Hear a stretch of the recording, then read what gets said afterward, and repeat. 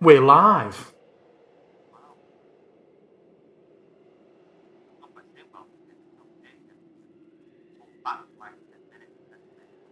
It gets a lot. What I've found through looking at my channel analytics is, yeah, okay, Twitch viewership is currently nicky and people who wander in, but it gets more YouTube traffic than our Curse of Strahd one does, presumably because it's easier to catch up on, only being 17 sessions. When like I get a lot of comments on the Curse of Strahd, one like, when are you uploading all the sessions before session 98? Spoiler, I'm fucking not. They don't exist. So yeah, this Rime gets a lot of YouTube.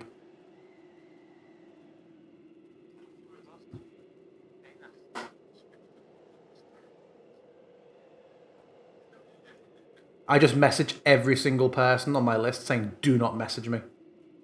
Let's be fair. I've stopped doing it because I don't actually need to if I leave streamer mode on at the top.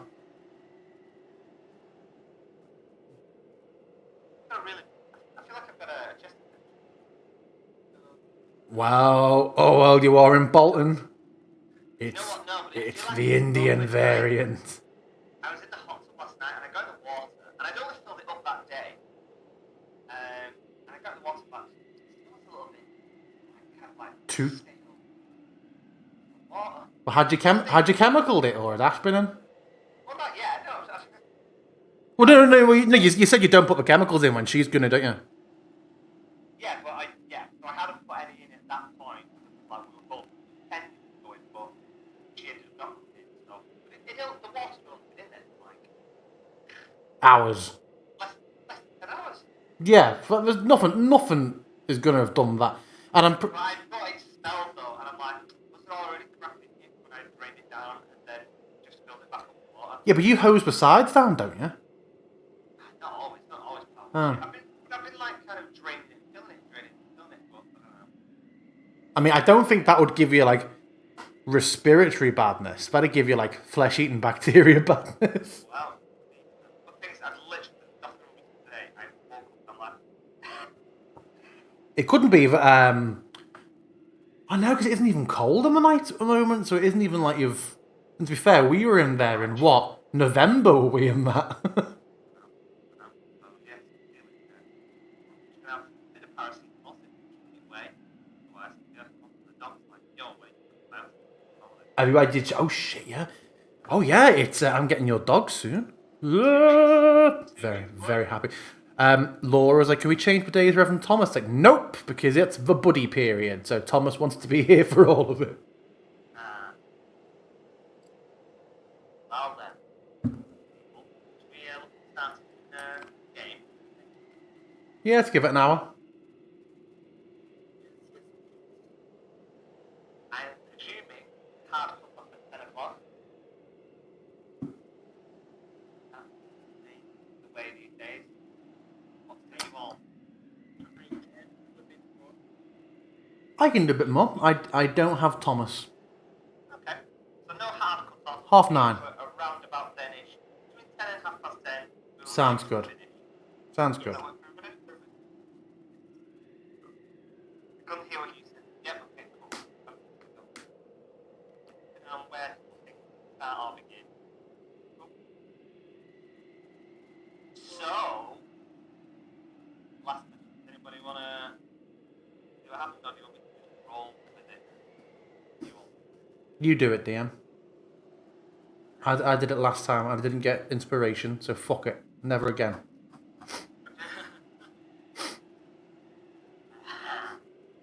So, last session, you had finished off the Hawkeye approach and the Arctic fair. Weber. All still managed to point it towards the carrying crawlers, which frustrated me with one move, and I'm like, yes! Got it again, I'm good again! I was like, no. You all managed to duck that, and then Trieros had another quiet moment during your watch, and then you were off on the road, and there was an event.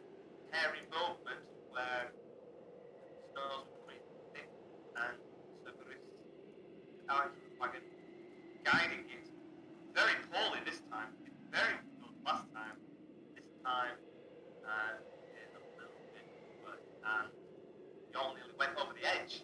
You recall that the wheels were riding over the side of the cliff. I'm sorry, but I am only human. Well, yeah, I'm sure that's enough. I'm only human. Yeah, because I used to be told I look like him. Fucking kids got kicked down the corridors in most schools. visit schools and from room visit. I'm only human. Fuck off.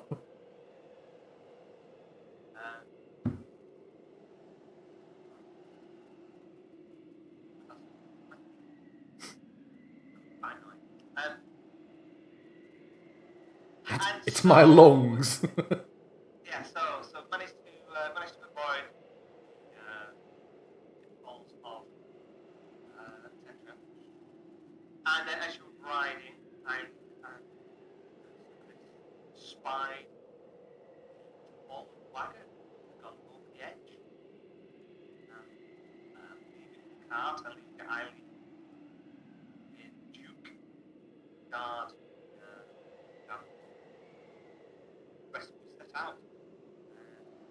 Headed a little bit further down, back down the road to the edge of the cliff, looking straight down. You can see where the wagon had gone over, where there was wolves eating the horse that had taken it.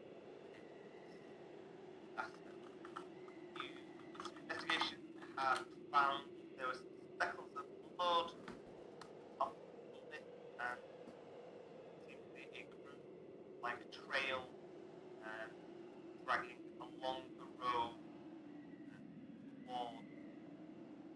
towards the wagon and wherever, Did we get blood? I thought there was ample evidence that people had been, the wagon had been yeeted off. I don't remember us finding any blood. Yeah, Oh, cool. Okay. I'm like, and they're both really cool. Cool. Okay. Yeah. Cool. So, Ket went down to the wagon, but the wolves were scared off the combination of illusory bear growling and then fireball or whatever it was, spider. And then they fled.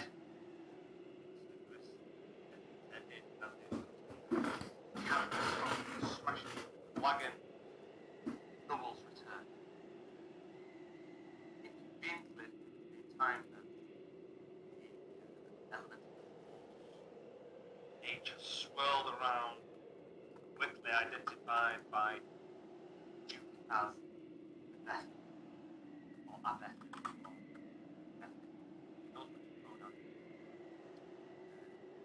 And it swept along the road, and fortunately, for Eileen, she managed to bolster herself, but Kureos, and she was thrown up in the air and from the road. Quick thinking, Kureos has telephone, so whilst they did some initial damage from the force of it, thrown bodily to the bottom of the cliff. Eileen turned and ran back to the wagon, shouting for everybody to get back to the wagon. And as she was running, as she reached the wagon, Beth was another strike and absolutely leathered her, smashed her back into the wagon. What hit points did you run? Not a lot, but I'm wrong. You're on 3 out of 21 hit points. I think you had 6 hit points, didn't you? And I had to roll a d6 bludgeoning. Great. Fortune.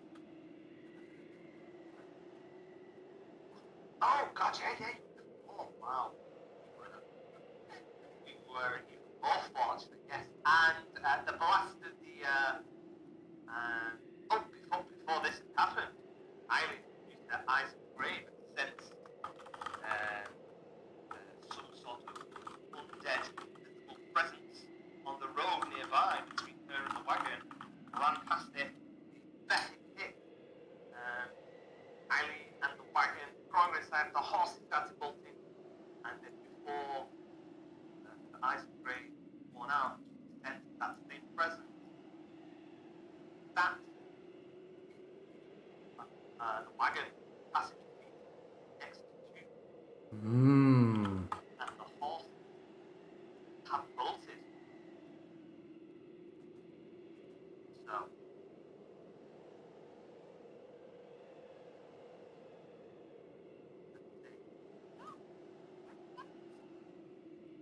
well, we'll see who is and who isn't.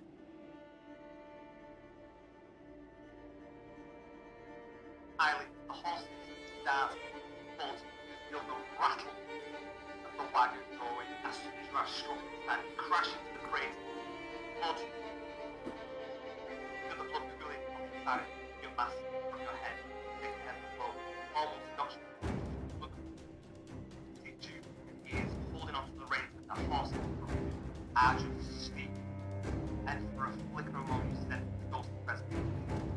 Next time you see a swirl of snow.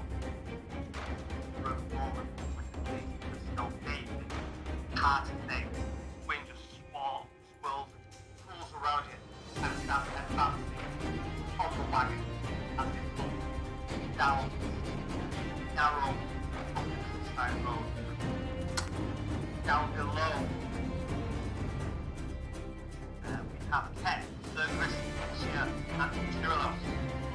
By this crash wagon here, sudden scream of horses overhead, and those that are steps with slightly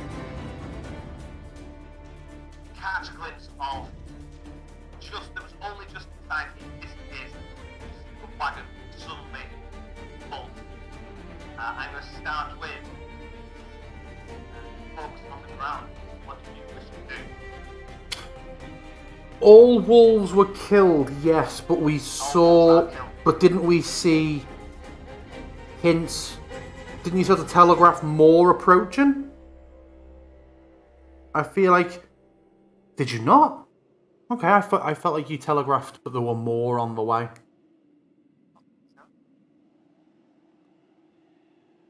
Then so who's on the floor? Me, Lutetia, and Ket. Yeah, everyone except Eileen, isn't it? Oh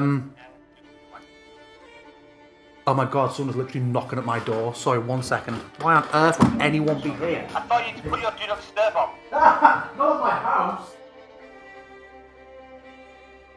Okay, well, while Sir Gris is doing that, what is... Last thing I've done was to try and climb over, but it didn't go well. And now we are sort of out of combat, right? We are doing just further declarations. Yes, for now. Oh yeah, so first of all I'd turn to Sir Gris, Cat, and Lutetia saw what happened, so she doesn't need any additional information, I believe. Well, we need to hurry, we need to go back to my lead. Alone there. Stay where there's oh. And then so I don't want to do it, but I think I have to lose the will to link up. Like to look at this step and one shot. One okay. Go up and start running towards the back of the wagon. Right? That's what I see. Okay, great. So, yeah, this is all kind of happening instantly. You are back on top of the cliff, and we said there was, the wagon was 50 feet away, and it is already bolted. You are going to use, actually, your action and your movement to move and dash, yeah?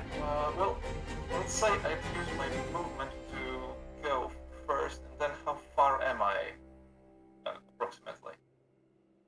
From the wagon, I would say that it probably, well, let's have a look. I would say if it's bolting, I'm going to say with the wagon. Sorry. Are you back, Roy? I am back. Okay. We jump to Tyrion. He has blinked. He said we're going on Eileen. She's up there on her own with that thing. And he's blinked to jump on top of the cliff. Amazing. So he's back up on the road. Okay. So I'm working out. So the wagon is going to have 40 movement.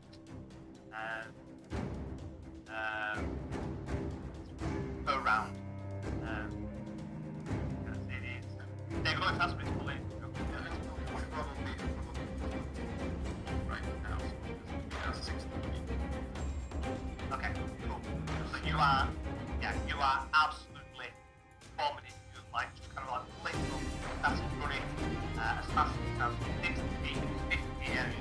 So you are about 20 feet behind, and you are kind of running. As you're running, you feel yourself suddenly, even though you are not affected by the cold itself, you feel it suddenly getting colder around you. You see this swirl just getting in between you and the wagon, where the wagon is. You just kind of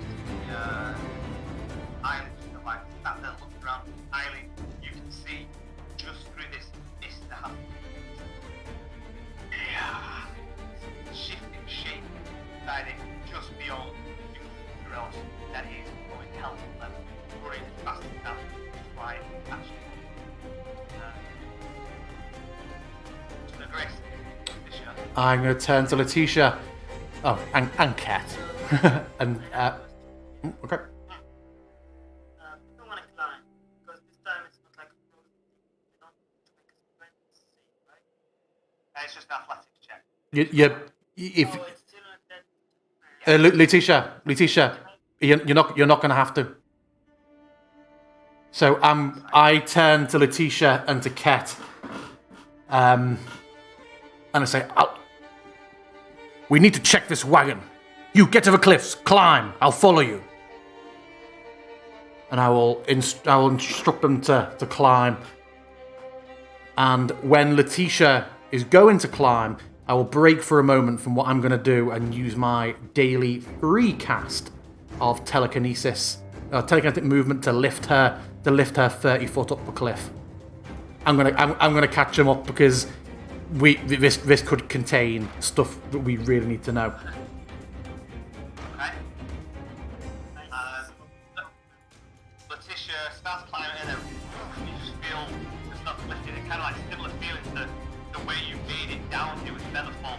Suddenly you start kind of levitating up and you're still kind of like hands to the wall as you're guiding yourself up and to the grist. Is that an action? Is that I think it's a bonus. No, it's an action. Yeah. So next chance I get, I will just be sticking a dagger into that canvas or ripping it. I just want to get my head stuck inside and see what's in this. I want to see if there's bodies in here or anything before we move on. Sure. Ket, Yeah. Sorry, Cat. Yeah, nothing for him. so I'm going to put DC 12. I think it was DC 12 climb up last time. 10 climbing down DC 12. Oh, that sound about right to us? Okay. Try and climb up. Okay. I'm going to see he gets. He's not going to make it into this round. He's going to get halfway up there and kind of just about gets to the top. I'm going to say that Letitia, if you wish to use an action on your turn, and I'm going to put us into some kind of combat round normally, I think.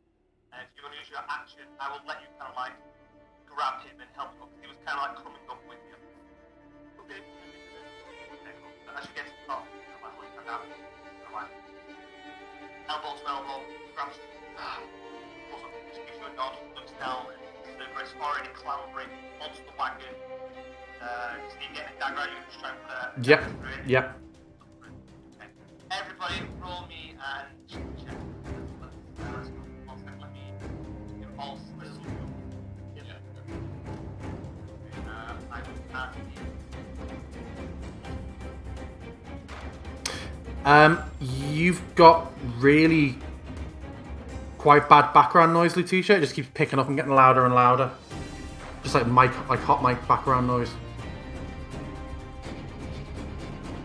you all want to roll me new dimensions for rhythm? Yes.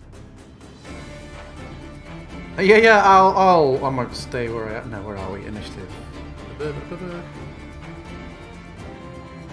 That's a good point. Once you're already in combat, how do you get it to redo it as a player? Let's roll again. Yeah. Oh. I'll tell you what, we'll stay out of it for 10 minutes then. Okay, we'll just stick to the order that we're in. That'll work. Yeah, it suits me. Okay, so around 10. Hold on, actually. I'll put it on the wagon. Following Trios, kind of like gives a glance over his shoulder. So Grace across the thing. Got it, gonna do whatever he needs to do. And Ken just starts running. Already got his, I'll say he redraws it. Sheet. His weapon. Like, kind of draws them as he runs. Jude is in the wagon.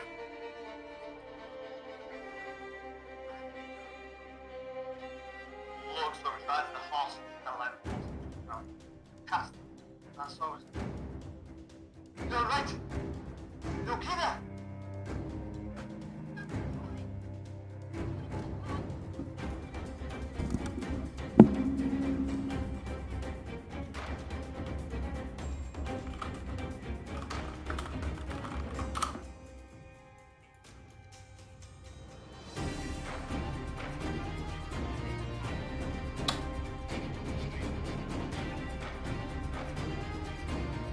I'm going to make Duke do dexterity check. He's pretty much at the moment just concentrating on keeping these horses in the wagon on the road. He looks over and you can he felt the Bethic. He felt it hit the wagon. He knows that it is behind him. He kind of like gives a glance past Eileen. He can see the swirling. Not enough to see Turilos behind him, but he is in no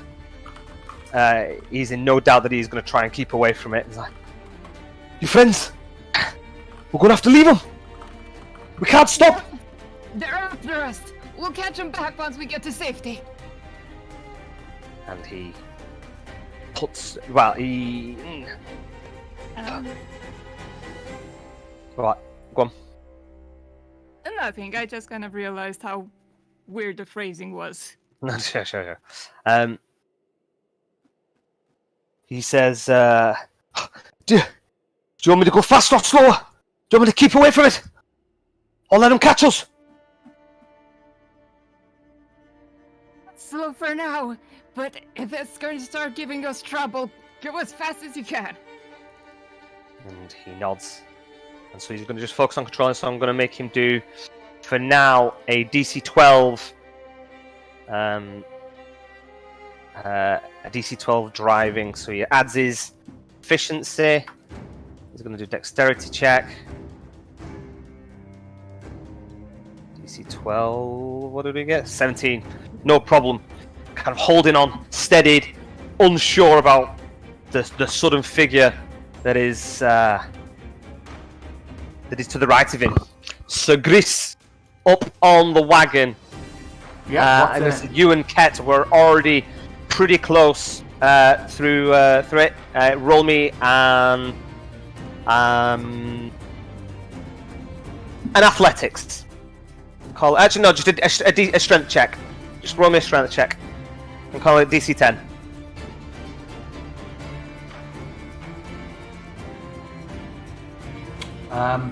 That's weird. I did. It doesn't come up for me. Yeah, you rolled 17. I don't see that on mine. Do you have it all set to be private rolls? No, see it too. we can see it. Oh. Did you scroll down? I don't think it's... Yeah, I did. The last thing I have is Sir Gris turn marker. Okay, interesting. How interesting. So 17, cool. Well, tell me what I see whilst I reload Foundry. So with your dagger ripping through it and just the strength, like kind of hand to the canvas, you are kind of tearing it straight away. And as you pull the flat back under broken crates and there's kind of like scattered rations and the wagon partially caved in, you do see a body partially buried in snow in the wreckage.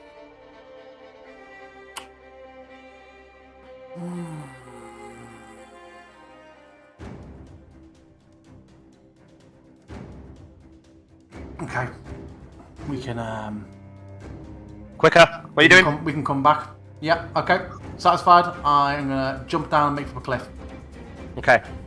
Say full movement to climb down, get to the bottom of the cliff, we'll let you climb on the next round, yeah? Yep. Cool. Letitia, Ket, and Turios have bounded ahead of you. What do you wish to do?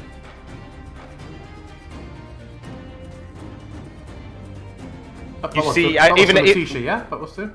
This is Letitia, yeah. Letitia, you see Turios, the wagon, everybody blasting off ahead of you.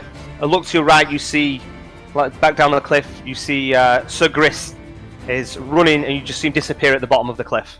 What do you want to do? Yeah, I'm gonna run in the same direction as Trielos and Eileen. Okay, full round action, 60 feet.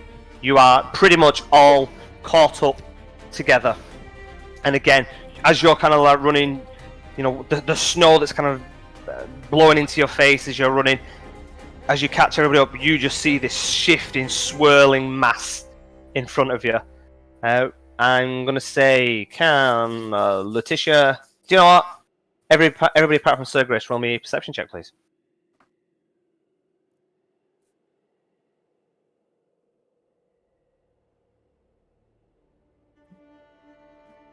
Bullshit, why have I been left out? All three of you. As you are catching up to each other and you look at each other and you see this swirling mass, you see frost starting to gather in the middle of it like a hard ball, and it's kind of like where it's scraping along the side of the cliff. You see this kind of like mound of snow just kind of like building up kind of onto the cliff, but it's moving with this mass of snow, this blizzard. There is something, shapes forming inside this mass in front of you. Eileen, you see all this happening as well. You see your two companions, you see Ket. What do you wish to do? And you are feeling pretty bad right now. Considering I am on death's door.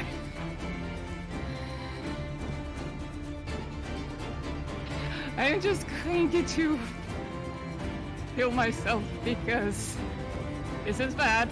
Better than nothing. I consider this a win. And just to be sure, Turilos and Letitia are basically close by. So they're all 20 feet away. So you've got Turilos, Ket, and Letitia that are all kept up. Turilos is going to have his movement in a moment. So they're all about 20-30 feet away. The horses are obviously still moving with Duke. This is unfortunately all I can do. I'm just going to brace myself and stick close as I can to Duke.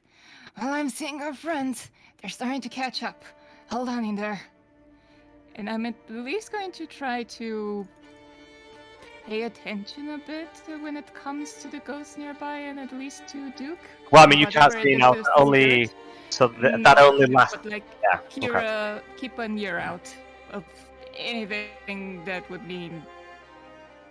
It would indicate there's something happening on that end. One threat at a time. One threat at a time.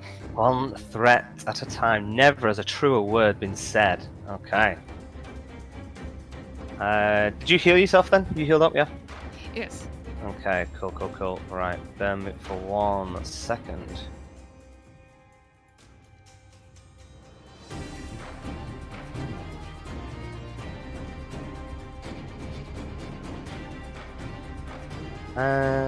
Sorry, I'm gonna go with...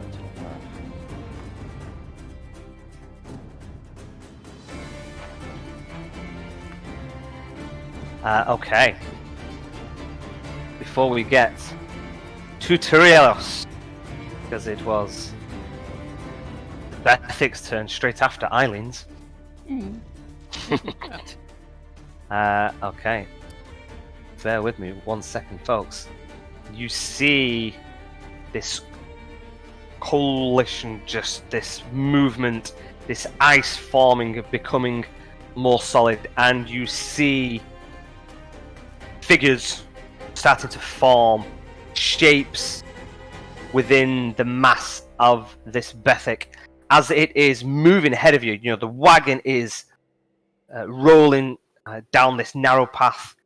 This whole swirling wind of kind of this isolated blizzard is moving with it, just behind the wagon. And as it is moving, you see these things just start dropping into the snow, and well, I think we're gonna have to load up the new scene. One I more. wonder what map from the Mad Cartographer is this one. Oh! I wonder indeed. Right, now, am I going to be better off? Oh, I'm going to have to... okay, no, ignore it, okay.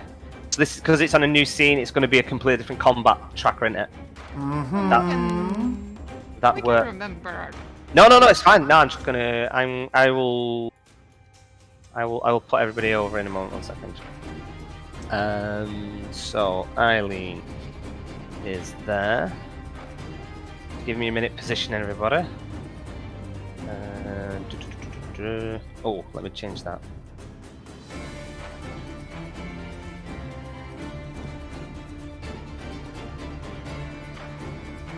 This is the bit where Matt brings out the big Dwarven Forge thing and everybody just sits there waiting for 20 minutes while he sets it up. Dwarven Forge? Well, I still not Dwarven Forge. Well, that's what Matt always used to use, wasn't it, for his No, maps? but when he does, when Sam's always like, guys, Dwarven Forge. Oh, right, yeah. He was like a really half-assed, distracted pitch for them. Do you want to do me a Mad Cartographer pitch while I'm setting this up? No, I'm just. Wow, I feel it. unbelievable. Right, okay, so we have him, we have... I'm going to position you guys here. And then we've got Turilios. And we've got Letitia. And then all the way back there, you've got Sir Gris. Forgotten about. Never. Gone but not forgotten. Okay. This is going to be an interestingly awkward one, as there's going to be lots of movement and stuff happening and stuff like that. So we will see how it works out. Okay. I think this should be okay.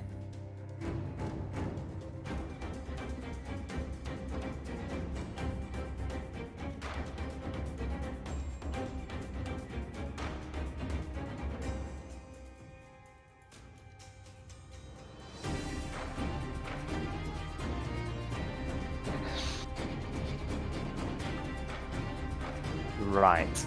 Okay, I think that's good to go. Let's add you all into combat.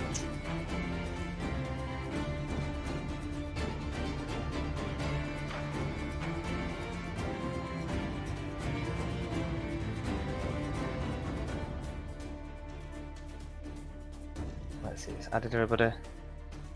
Yep. Chat's on there. You four are on there. Super. Oh, on that.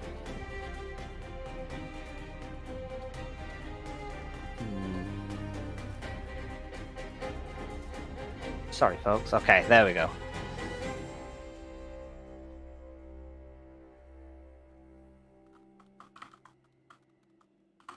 Hopefully that will load you all instantly. It is loading. Oh my lord. Oh my lord. Oh my lord. It's just a Paraxis map. It isn't. You mean a parallax? Yeah, it is not, Yeah. because it would be too awkward with some of you being stationary and some of you moving. So, oh, you mean the snow? I recognise these from the Wizard's Tower. They are. Did you check them out as well? The Wizard's weren't the Tower monsters is invisible, you said? the Wizard's Tower is now become a massive part of Candlekeep. It is. Oh, is it? Yeah, Nice. yeah. I'll tell you later. Well, let's see if you've memorised the stat blocks for these guys then. I have. Excellent. No. No, of course you've not. So what did you say, Aggie? Aren't they supposed to be invisible? Like, you just No, we see And that. he said we just dropped to the floor out of it. Yeah, it's dropping to the floor. Oh. I rolled exactly the same initiative. Nice. Also, I did What? not. What a consistent player. I did recognise this music, by the way, from when we had combat in Luskan, part of the campaign. Oh yeah. Well, what about this next one here then instead? Can't hear anything yet. Bit of Just, a slow start, that's all. sort of frozen tundra sounds. Is the frozen tundra still coming through? It's still quiet for me. I just about hear it. Oh, this is also from when we were in Luskan. This is like. Well, yeah, this is the Luskan combat. Yeah, He's track, been like, a dick. track like number 8, I think. This was. Oh, you're such a prick. Okay. No, that's not combat at all. Why is it called Luskan combat? That's not combat. That's terrible. Luskan It fucking takes its library. time. There you go. It's That's just a bit taking more its like it. time. Yeah, too slow a build up. There you go. I need something quicker. Okay, and then I'll roll Ket. Having over 10 on initiative sounds wrong. Okay, I am going to let Turios. You can take your final move, and then we will go into this new God. combat order. Horrible. Okay, so Because you're kind of at the bottom anyway, so it kind of like works Sure. out. Okay. from what I understand, like just to quickly confirm that all I've heard and all I see now is consistent, and I know what's what. Yep. I assume that none of these creatures is what was roiling in the wagon. Like there's still something out there, invisible to us. Oh, so this whole swirling thing that you can see, that is what is essentially the Bethic. Yeah. Okay. And these yeah, have that's- kind of fallen out of it. So some of them, you see the two at the front here, they kind of drop out of the snow and they are just running. The one that's on the rocks is almost like spider monkey, just kind of like bolting across the rocks. The other one is running, and it is running fast. But this big thing just kind of forms this big swirl, just stops and is in the middle of you, and is kind of like left behind by the Bethic, and it is looking at you fine folks. So, do we consider Bethic invisible for Yes, the time being? yeah. Or- okay. Nothing, Yeah. I mean, you can try and attack Just, yeah, into sure. it if you wish. Mm-hmm. It's not something that is there. Okay. And it was going with the wagon, basically sitting next to Duke, like sitting. No, well, no, that was. I mean, you don't know that there was an undead presence next to Duke. Oh, okay. So that was something entirely different. Maybe Okay. you don't know. Okay. Okay. Cool. Well, anyway, in that case, seeing as these creatures and these two seem to be intent on chasing the wagon, this one is sent to block us. Would be the feeling we're getting. Yeah. Great. By which I mean not great, of course. All right. Well, and the rocks. Yeah. Let's see. Okay, I will keep running forward against my best judgment. I'm gonna say the white edge is the edge of the snow. That's the edge. Oh, of the okay, snow. yeah, Everything okay, else is gotcha. called out. So it's even thinner. Oh yeah. Oh, great. Great. Now you can see why your wagon nearly came off the road. Yeah, I can. Okay, in that case, I will target. Can I multi-target? I cannot multi-target. I will drop 2 spells then, because I will use Twin Spell and I will use Mind Spike. Okay. Using 2. Okay, I'll deal with the resources later. I'll roll the dice now. Cool. Letitia, you are up in a moment. So that would be for the big guy. I need this path cleared quickly. And as the little guy tries to do his thing, going. Lots of things happening. Am I rolling 2? Oh, you've rolled on the hunter as well. Okay, cool. Yeah. Nice. Okay. Can I see any effects that this has on them? What is it that it's Like- supposed to do? Mind Spike is just basically Oh yeah, so you could track them. So yeah, inside you're them. seeing Yeah, I would be getting also, reading on Yeah. where they are all times. It impacts them. You can see the one that you attacked. Which one was it that you attacked? The one in the front, and the second one was. Okay, sorry. yeah. I've not even got it so that it shows hit points for me. So I need We to change that in a cannot. second. There's no pings. Okay. Oh yeah, we had to turn off. It's still still not. Okay, basically the two ones closest to me, Yeah. not the one on the side. I'll say that it doesn't. I mean, the one in front of you, it kind of like shakes its head a little bit. And beyond it, you see the smaller one, the one that is hunting the wagon. You see it's kind of like stumbles slightly, but carries on its pace and then carries on running. So Okay. it does seem that it does have Does an not effect. seem to crack or anything like that. No. And can I also take my movement and the other stuff? You can. Bear 1 second. Yep. You can move. Where you want to move. Alright. In which case... I don't want to, but Close. I will run forward.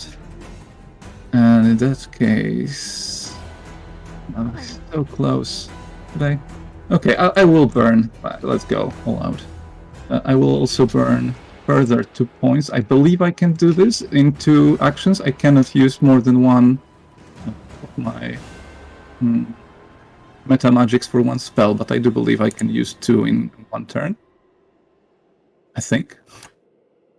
Do you want to check? Do you want to? I want to use a second meta magic to use quicken spell as well. Do you think it's okay? Do you think it's not? Is using. Because I know I cannot use 2 meta magics on 1 spell specifically, but I don't think there's anything against using it twice, but on different stuff. I want to cast a country basically with my and use the quicken spell as well. Okay. Sure. I'll go for it now. Just make a note of it, and we'll double check. Yeah, it. sure. I'll check that later. That's fine. And I'm fine if you would like to err on the other side. It's okay. No, it's not too much of a problem. I don't think it's going to Okay, make sure. or break anything. So I will, in that case, measure template. Why would it have a measure template? Flash of lightning, blah blah blah. Creature of your choice. Yeah, shouldn't be any templates on it. I will cast. Yeah, that's definitely not it. So the spell is kind of wonky.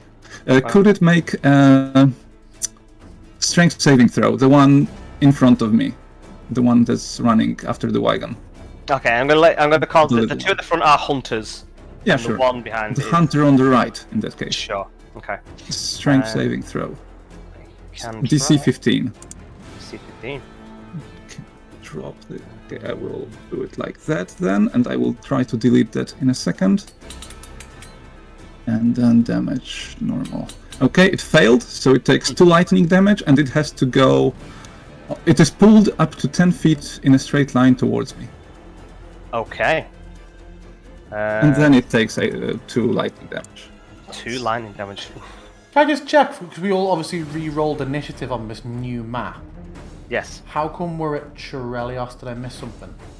Because it was going to yeah. be... Torellis was at the bottom of the thing. He kind of like... Makes sense. Operated, Yeah, of course. So we're starting from him. Yes. Yes. Yeah. So the Cool. Bethic did its thing. This brought us onto the Bethic. And Yeah. Then, Obviously, I heard you say, Letitia, you're next, and I was looking at it, it's like, but I was before Chirelios. yeah. Cool. So you still are, because he's at the bottom of the combat. Yeah, thing. yeah, absolutely. Okay, Yeah, so it pulls it 10 feet towards you, did you say? Yeah. Oh, excellent. Get back over here. Over here. I'm not done with you. Okay. So- Alright. It is now. That's where my turn will end. Sorry, that was a long one, but No, used a lot hey. of stuff. Yeah, that's fine. Letitia, you'll be up in a moment. It is now. And I will delete this. Oh, why have we not got begin? Okay, I'll get to the end of the thing and then it'll be begin combat. Okay, so it is this this hunter's turn, and it is not stopping. Eileen, you can see it is running alongside you, and it has got some speed on it. It is seemingly keeping up pretty quickly, but for you, Eileen, it gets to here, and you've got it closed off at the side, and You lose sight of it. I'm not going to remove it from the map because everybody else can still see it. But you kind of like see it scuttle along, and you can hear just about on the outside like rocks falling as it is running alongside of the wagon. And so now we shall begin combat. Letitia. Do you guys want me to try and put the pings on and reset it? Because I turned them off last time because it was giving me an error all the time, but it might be. Or should we just leave it? Yeah, no. Okay, I think we're fine. Letitia. So keeping in mind, everybody, that the wagon is moving. Okay, everything's still moving. These hunters are moving in the same direction. The big dude is not. I'm going to use my bonus action to cast Hexblade's Curse on the big golem in the middle. Okay. So that gives me +2 to hit. And it gives me a critical hit on 19 and 20. And if he dies while he is cursed, that lasts 1 minute, I recover HP. Okay, cool. Equal to my Warlock level plus Charisma modifier. Okay. Okay, so now he's cursed. And then, now that he's cursed, I'm gonna Eldritch Blast him. Pew. If you die, you die. Let's see, spells, Eldritch Blast. Pew. I need to add +2.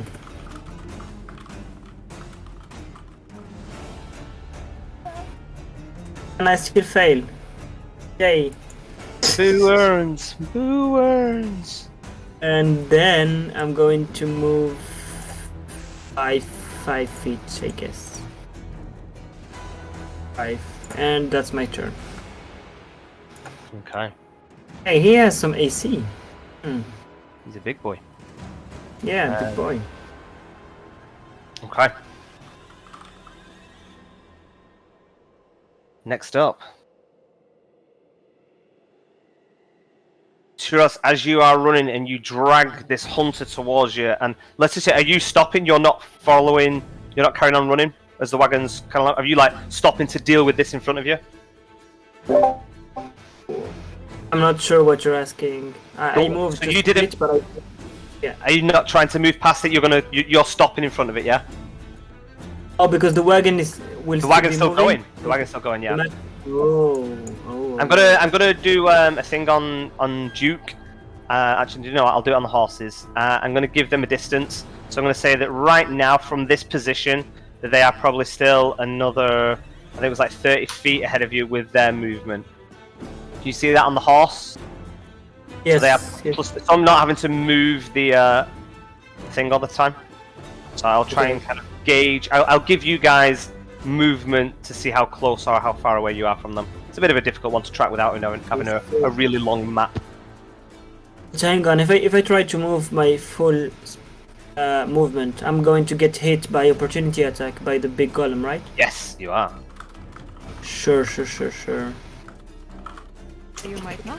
What do you mean by full movement? Like you're not Wait, getting. yeah, it's moving. Yeah, you will be still within range of it, so it will not attack you. If you get there, for example.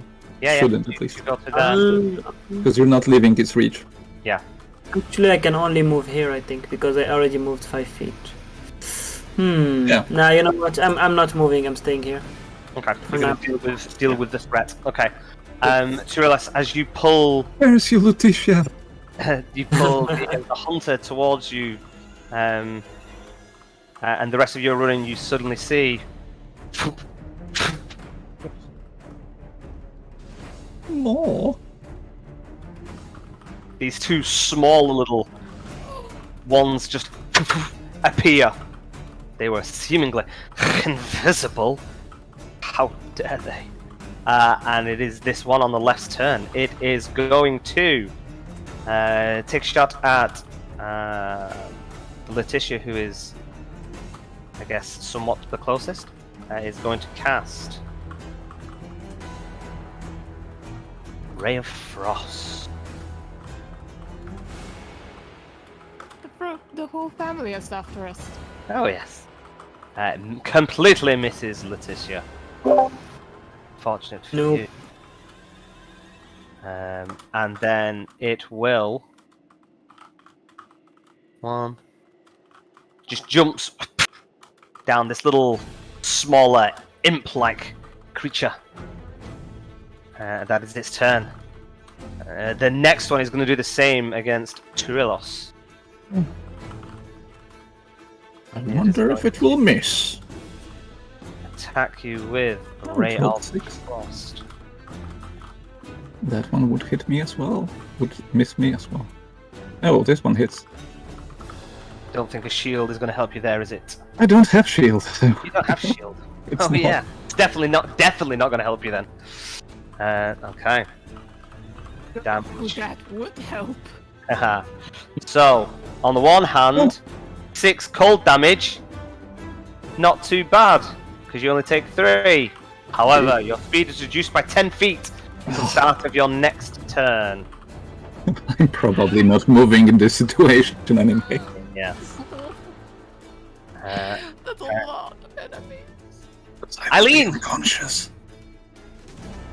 Oh no, I just gotta mutter to myself and tell Duke, move over, you're having company. What? Yeah, he's there. And he looks behind you, and then looks kind of like where you're gesturing, and kind of Over like to the side, by the mountain. looks like out behind the wagon over his shoulder, and just sees this ice thing just scuttling across the wall, and then he looks to his left, goes to move over, looks to his right where there's apparently a ghost, and he's just hunkers down and just holds onto the reins, just freezes himself in the middle. I'm so sorry for this man. This is not what he signed up for. What do you want to do, Eileen? To finish you up in a minute. Okay. Well, considering the position that currently are, I am going to say that I have no idea what these things are going to be doing. So, at the very least, where's my status? Bonus action for Shield of Faith upon myself, just because I don't know what's going to be happening, and Sure. I'm going to hold my action. If this thing is going to try to come up, I'm going to work out with my hammer.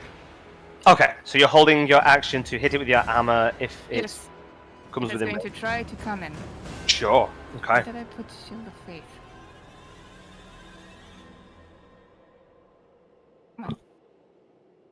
I don't presume you are doing anything with movement or anything. I mean, you've moved forward a little bit, but that's is that essentially your go? That's essentially my go. Okay. I'll let you find Shield of Faith and things.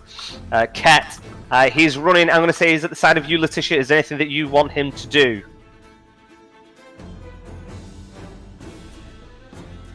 I can choose. Wow. Okay. Oh yeah, you can instruct if you want. What kind of attacks can he make?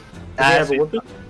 Yeah, so he's already drawn his short sword and dagger, so he can make 3 multi-attacks. He's pretty good with that. He has what's this one? As a bonus action, he can choose a creature that he can see within 30 feet of him. The creature doesn't provoke opportunity attacks until the end of their next turn, provided it can hear his commands. So you can allow somebody to move without getting attacks of opportunity. Yeah. That's a bonus action. That's right? a bonus action, yeah. Okay. So he's going to use that attack on the big one, on the big golem, Okay. and then he's going to move his full movement to the golem and multi-attack his face, the big one. No, sorry. The tactical leadership is the bonus action is for moving an ally, I think. So he can move somebody, and they won't get. He can basically give them instructions so that they can move without getting an opportunity. Yeah. Okay, so he'd do that on Triolos. Okay, cool. And then he goes to attack the big guy. And then he's going to go in and attack. But you want to do all 3 attacks on the golem, yeah? No, so he can do. He can he multi-attack. split them? He can, yeah, he Can he can split spread them it. or- Yep. You know what? He's going to make 2 on the little one and 1 on the big one. Okay, cool. I'll do a sword and a dagger on the small one, and then a sword on the big one, yeah? Yep. Okay, so as he's running forward, he's already kind of like eyeballing what's going on. He says, "Turilos, on my mark, you can get around it. I'll keep it busy." And then he goes in with an attack on the small one first. I'll do the 2 attacks. He does a short sword attack.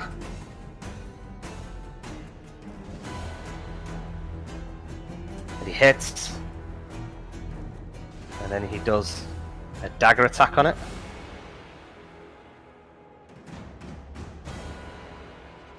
And he hits. Nice. Oh man. Okay, just and you just see these bits of ice just splintering off everywhere.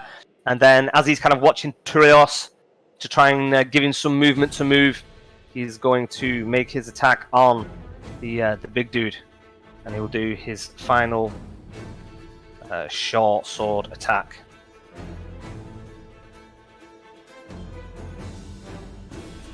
Hits!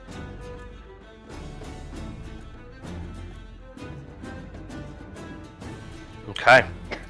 Not the best of damages, but still better than a poke in the eye. Nice. And again, these just chunks come flying off this lumbering ice creature. Sir Gris. I climb. I am going to, for the sake of brevity and not making you roll and fucking be bored in combat, you are such a stalwart climber, and you've seen 2 people go up it already. I'm gonna let you go up without making a roll. Thank fuck for that. I'm gonna let you start your turn here. I'll say whilst that was happening, you were climbing up. Yes! Because otherwise it's fucking boring. It is. It's fine. I will. So fast. He is the fastest of the people. Yep. What do you want to do with your bonus action? Well, that was I made a point of saying my fucking lantern was in my wagon. Oh, although, is it within 60 feet? Is it within 60 feet of me? Well, it's currently 30 no, it's feet. it's ahead of that still, isn't And it? it's 80 Let feet me ahead of you. let me just double check. Did not expect. I just thought my turn would be climbing and next. Sorry, I should have thought ahead to let you know. Thought it was a little treat for you.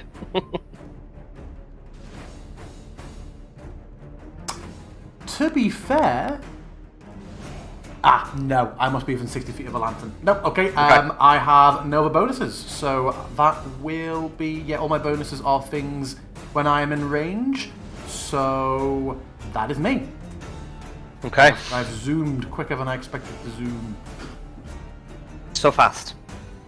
So Duke is gripped onto the reins. Eileen, I'm going to let you control Duke. You have options. You see on the seat next to him, he has a loaded crossbow. He has reins in his hands. You can make him stay steady. You can try to make him go faster and get ahead. Or, if you wish, you can make him take a shot with his action. He's going to make a driving check at the end of every round, every one of his turns.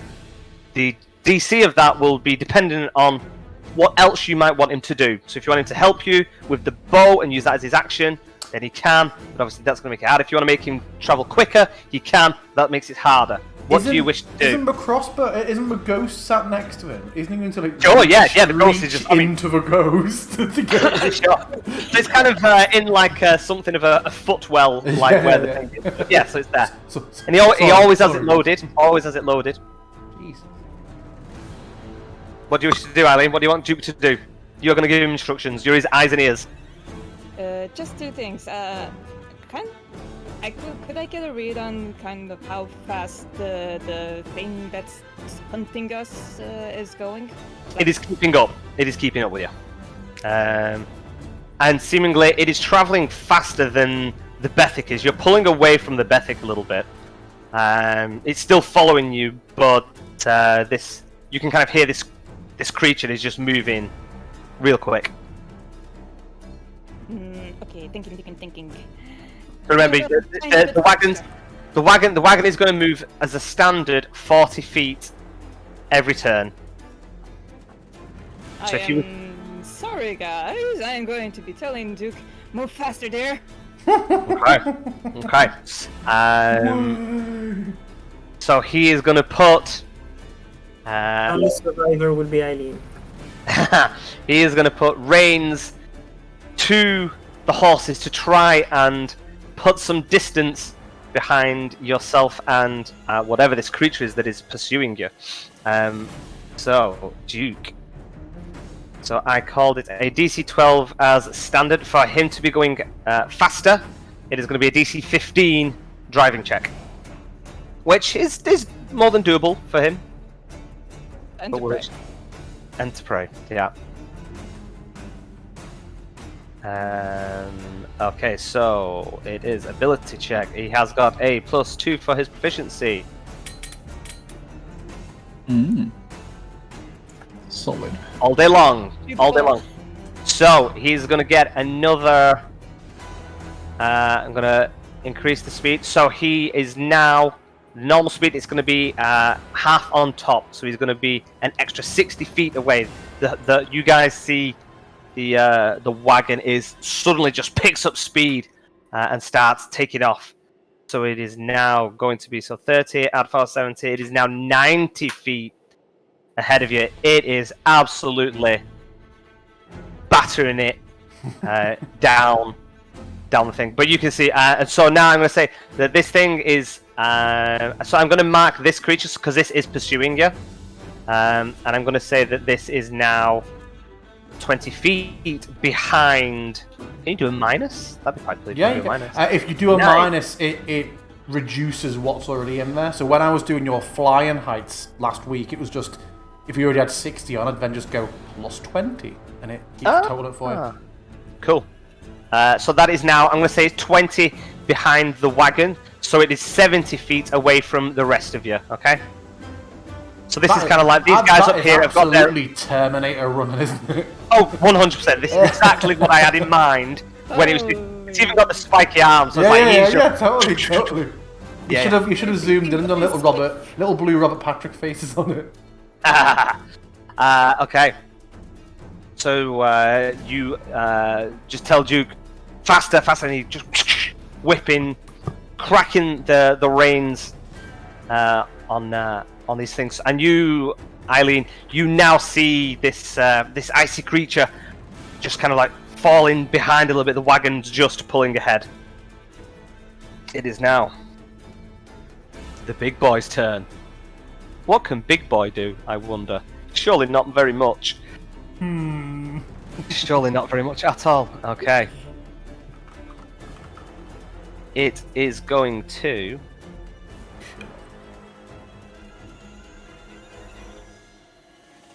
Ooh, okay.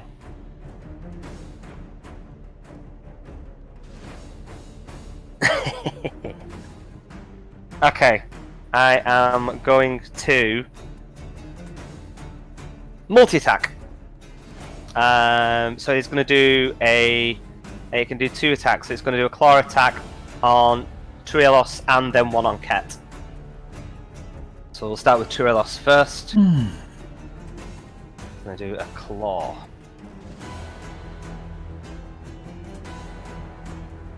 Oh, did that roll?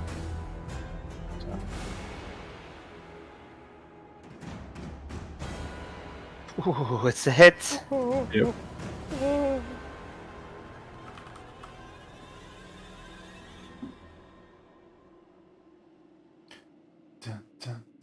It's a good hit. Fortunately for you, it is not targeting you twice.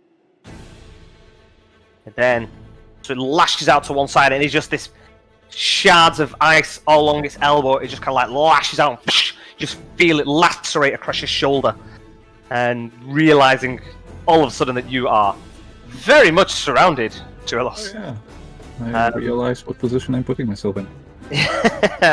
And then it is going to take an attack on Ket as well. So it takes another claw attack. It was all calculated. Calculated. But boy, am I bad at math.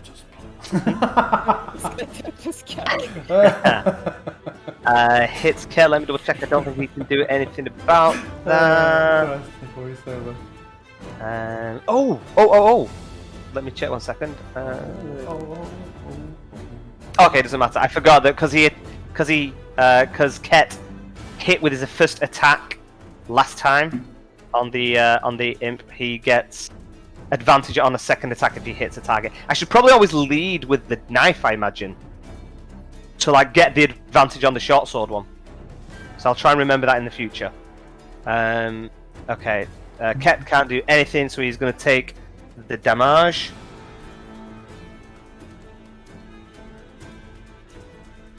A nasty hit there for Ket. Young Ketamine. And it just kind of like hands out and just smashes this block of ice palm into his face, and you just hear Sir Grish, you're so close. You just hear this crunch and just a spray of blood from his nose. Oh! As it kind of nearly knocks his head clean off his shoulders. It is Hunter's turn. I am going to say that it is going to make an attack on Trilos. As it is dragged back. It is going to make... So it gets multi-attack. But as I'm trying to do something, it's only going to attack once. So this is more of yeah. This is just more like a lashing out at you from behind, because you can see that it does not appear that it is going to stop pursuing the wagon. So he's going to make a single attack on you.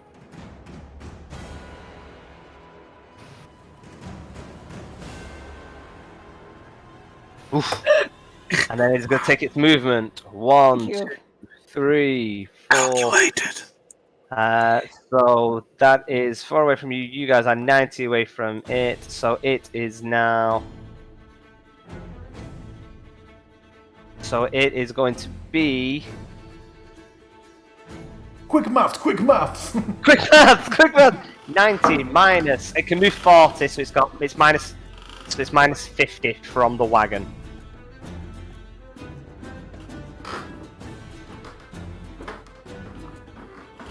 Okay.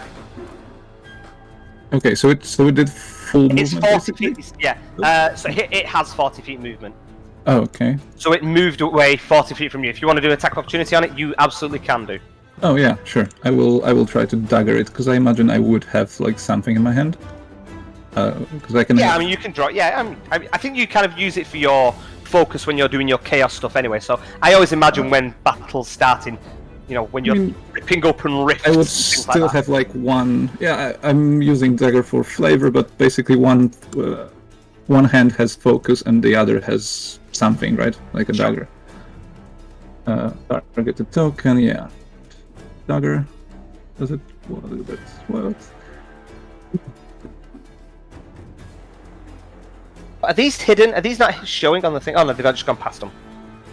Okay. Powerful 8. Nice. Big crit. You just see these chunks splinter off it and back. But it doesn't hinder its speed. It is seemingly very singularly focused on the wagon. On the wagon.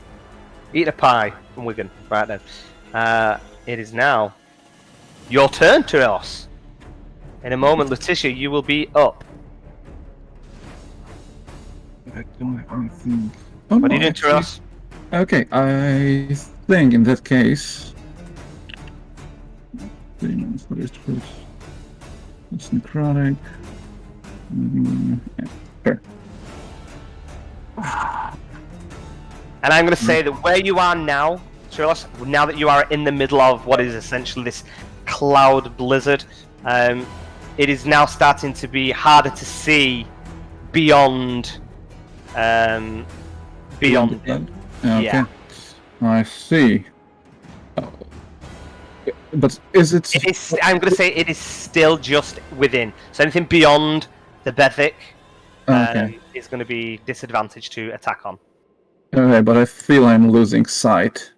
Yeah. And there are two things chasing. I would say you probably you can barely see the wagon now. I mean, it's like, you know, it's 90 feet away from you guys. So. Can you handle the beast? I'll ask quickly, like through the shoulder. Like, I don't know if they could answer quickly with like. Sure. Words or... I'll let them free chat quick. So, Gris, can you handle the beast? I wasn't planning to, but I can. Yes, he's more nimble than me. Yes, I can handle a beast.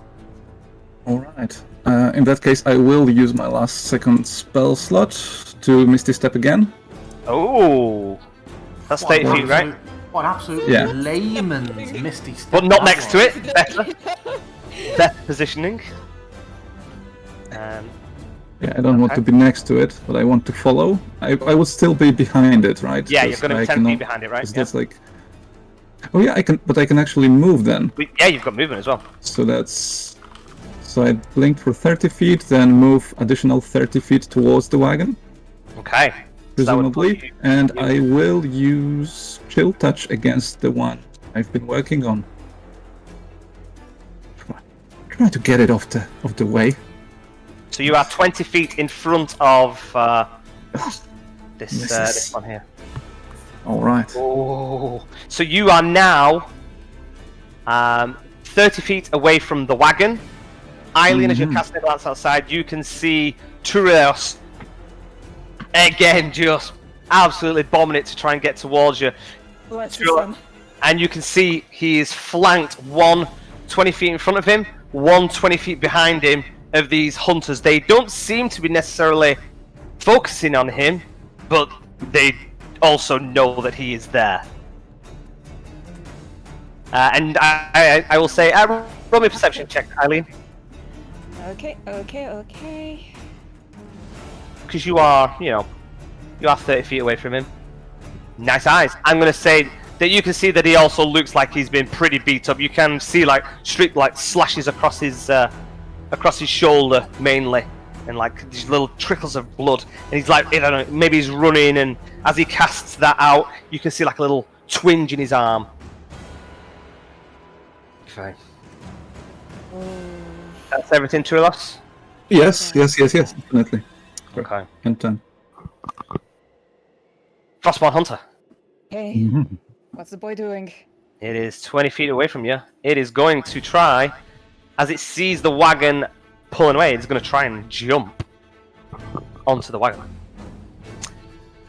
I'm going to make it roll an athletics check. Fail, buddy. Fail. I'm going to call it a DC 15, given that that is the difficulty of Dukes, I think, and that's the speed that it's going. I think that only seems fair. So he's going to roll a DC 15. Oh, it does not make it. So as it leaps, it just times it badly. Kind of like does this awkward roll for a minute, and then it is just up and carries on running. I'm going to say that was its move to jump, and then it is also going to fall behind a bit. I'm going to say that it is pretty much on your heels. It is right behind the wagon. So it's like running now right at it. It's like you just see as it's like swinging its arms forward as it's running, kind of clawing at the back of the wagon. Just these little flakes of ice kind of like chipping off. So it is 30 feet in front of you. Well, it'll be 25 feet in front of you, Turios, between you and the wagon. Yeah, okay.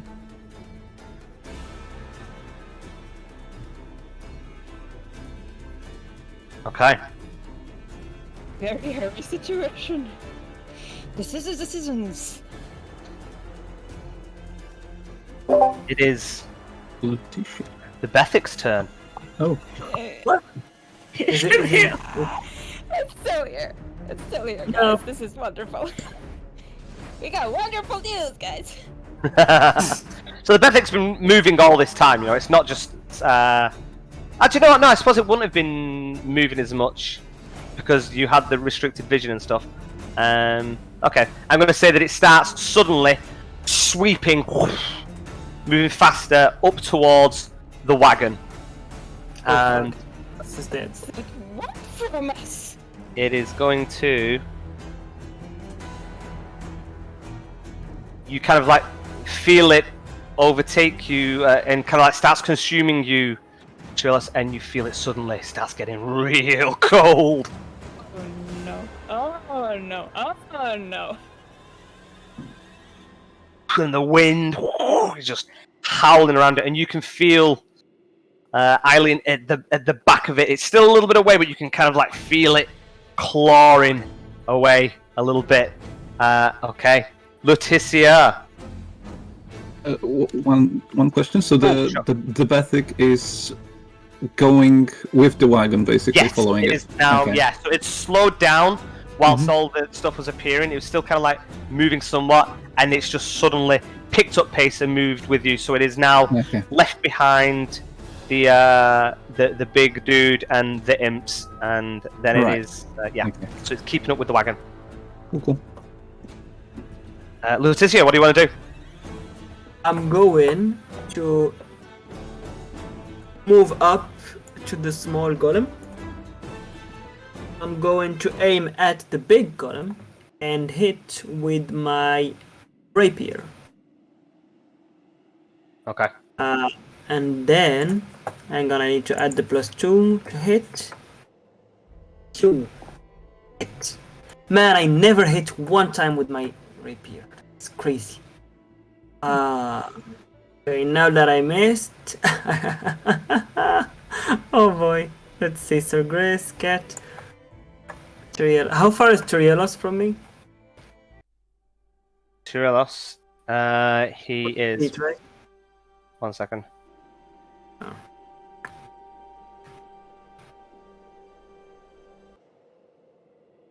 Turielos, so the wagon is 90 feet ahead of you, so he is 60 feet away.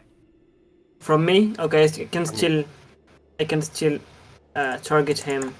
I'm going to say because he is on the other side of the Bethic, roll me, I'm going to give you a free perception check. I'm going to call it a DC 12 to see whether you even have eyes on him now. Okay. Perception. Yes, I'll let you do it as a free bid, DC 12. Anybody trying to look through this, I'm going to call it DC 12. Yeah, you can see, you just catch a glimpse as it starts coalescing. I know Harrison loves that word. You just kind of like see the swirl. You tried to stop saying it before in mid-saying, and you said coalitioning, I think, and I was like, oh. Yeah, I did say it. Expose them long enough. And I'm going to hit him 6 HP. Nice. Hang in there, Turielos! Okay, is that you? Yep. Okay.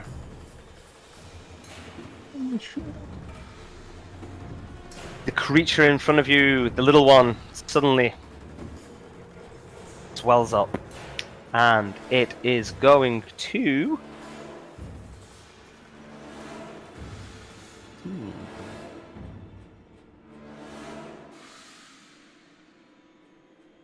Okay.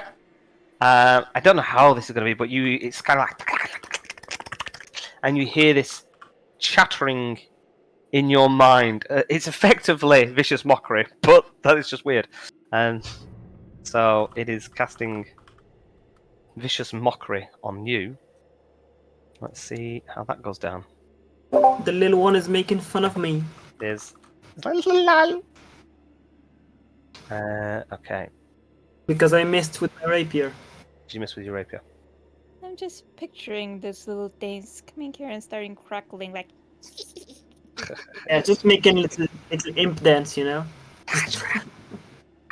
Saving throw. Does that instantly damage you then? You didn't even. Or is it ask for a throw? Does it ask for a saving throw? No, they're asking me for a saving throw. Wisdom. Okay, cool. Yeah. Succeeded. Success. Nice. Okay, you pass, so you take no damage, and you are not impacted by vicious mockery. And that is its go. They are blocking you off. Do you know what? No, it's gonna.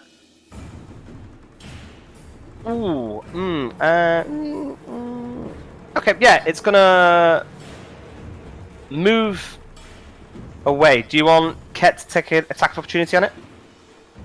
Yes, please. Okay.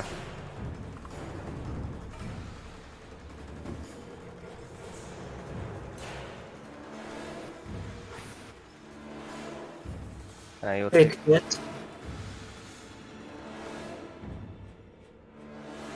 Misses. Shit, cat. Don't get. Get out of here. You missed one of your attacks. Okay. We should leave him to die now. Yeah. It is now the Frostborn Imps. I am going to say... What is the range? Oh, yes! So, it is 60 feet on Ray of Frost. It is going to target Tyrelos with Ray of Frost. No! And yes, before you ask, it doesn't need to roll a perception check to see whether it can see through the frost to see you. It is the frost. It's alright. It's fine. Didn't even want to catch her anyway. Yep. Badly missed. Okay. Oh, that's the point. That's the point. You got Ray of Frost last time, didn't you? So you should have had minus 10 on your movement. Yeah, sure. Okay, let me do that. Did you move twice? So should it be minus 20? No, I blinked first. Okay, sure. Minus 4. Yep. Okay, so you are actually you're 10 feet in front of this dude here. So I'll position him here then, so we can get a bit of a better idea of the distance between you guys. You're 10 feet in front of him. I feel like we should maybe. I'm going to move everybody else just a little bit further away, maybe. I was Just getting so so much. I was up on them. I was so close. So close. Okay, is that right? I feel that's right. Oh, were you there, Letitia? Oh, no, you were there, weren't you? You moved right into it, up to the imp. Okay. You can't hear me. Sorry, I was Thank muted. you for clarifying. Yes, I was saying yes. Yeah. Okay. Okay. So, the second imp misses its attack. It is now. Actually, no, but it's gonna move. It just scuttles up the side of here. Okay, Eileen. What do you wish to do? None of that, and I am going to try to hit this thing with my... What was it? Mace. Your I keep mace. wanting to say saying hammer. Okay. Which is a beautiful miss, and bonus action to say... I'm gonna try to hit you again then. And where are you? Because I learned. What do I do? Do I put this here with me? I guess. Otherwise, it's gonna. Oh, yeah. I mean, where would it move with a wagon? I don't imagine it would. I imagine it's static, so you would have to keep moving it with your turn. Which spell is this? Spiritual weapon. It won't move in the wagon, will it? It will just float in the air. If it was on the wagon. Yeah, if it was on the wagon, because if you're on a ship, it would be ridiculous casting it and then it just drifts off into nowhere. So it would make Spelljammer campaigns really annoying. Just, yeah. It just remains in the middle of the ocean. So yeah, if you cast it on the wagon, then yeah, that's fine there. Unless, Eileen, you want to say, no, go ahead, DM, and then in future we can tie your spiritual weapon to the back of a horse and just ride it for a crowd of enemies. Like a fucking errant anchor. Nice. Okay. Not gonna lie, that would be beautiful. That would be pretty good. Okay. So what do you want to... Are you making your attack? Yeah, that would... Does work. I don't really have anything... Oh, nothing to... Yeah, I think just roll it. And then... Has music stopped, or is the track ramping I think it's just really quiet, actually, this one. Nikki's given us some good shout-out to the music this session. What, because I've changed the track? No, a couple of the combat ones. She's been like, ooh. God, I'm kinda in love with this music. What she said earlier. Oh, wow. I'll take it. Okay, so it misses. And did you? So you? So you did a double attack. And you can just see how quick this thing is. It's like it doesn't look like much. It's kind of like this frail kind of like skinny little thing, but just ducks both attacks and tries to have a little stab out at you, just in flavour. Don't worry, it's not doing anything. Okay. Ket! It's Ket's turn. What should he do? Oh, sorry, Eileen. Just a thing. No, there's nothing I can really do. I'm just occasionally keep having an eye out for Turelius, but I'm not exactly sure how it works. I cast Shield of Faith the last turn, and it fell off. Okay. It should last for 10 minutes. So is it in real time 10 minutes that it sticks? Oh no, it's like it'll be. So it's 10 minutes that stays on as concentration. Yeah. Oh yeah, I mean it'll be for the rest of this combat whilst you can concentrate. So that would be 60 rounds of combat. Okay. I'm just saying that the effect wore off in Foundry. Oh right, okay. I will flag him up. There we go. He can have that little thing as a reminder. Thank you very much. Cool. Okay, so Ket, what's he doing? Is he just going in on the big dude? He can sidestep if you want him to attack both again. I'd say Letitia should say, not me, I'm not engaged with him yet. I'd say he'd probably making eye contact with Letitia, working in tandem. What does Letitia think he should be doing? Push to talk. Letitia. Yeah, me too. Yeah. No, sorry, yeah, I'm thinking. I mean, he can't really move because then attack of opportunity. So yeah, he can move there. No, I mean because he's still within its range. So it's only when you move out of its range that it that it gets you. Interesting. So yeah, I think he should definitely move there so we can get rid of the small one. What do you think, Chris? In character, I think it's up to you. Out of character, I think action economy. As soon as we get one of them killed, it turns in our favor a bit more. Yeah. Okay. Yeah. Okay, so we try to kill the small the one. little ones are the tougher ones. You all agree that you'd sooner me lead with the dagger to try and get the advantage on the second attack, yeah? Yes. Yes. Do you want me to make all 3 attacks on it? Or do you want me to do I mean, we can again, 2 and then 1? 2 and I then would 1. do 2 and then 1. 2 and then 1. 2 and then 1 it is. Okay, I'll make that his preferred combat mechanic in general then. He will always try and attack 2. He will focus on 1 with 2 attacks and then the other. Cool. Saves me asking you all the time. So, leads with the dagger. Hits! Now it takes damage from said dagger. And then he gets an attack with advantage with his short sword because he has managed to hit it. He has the focus trait. Okay.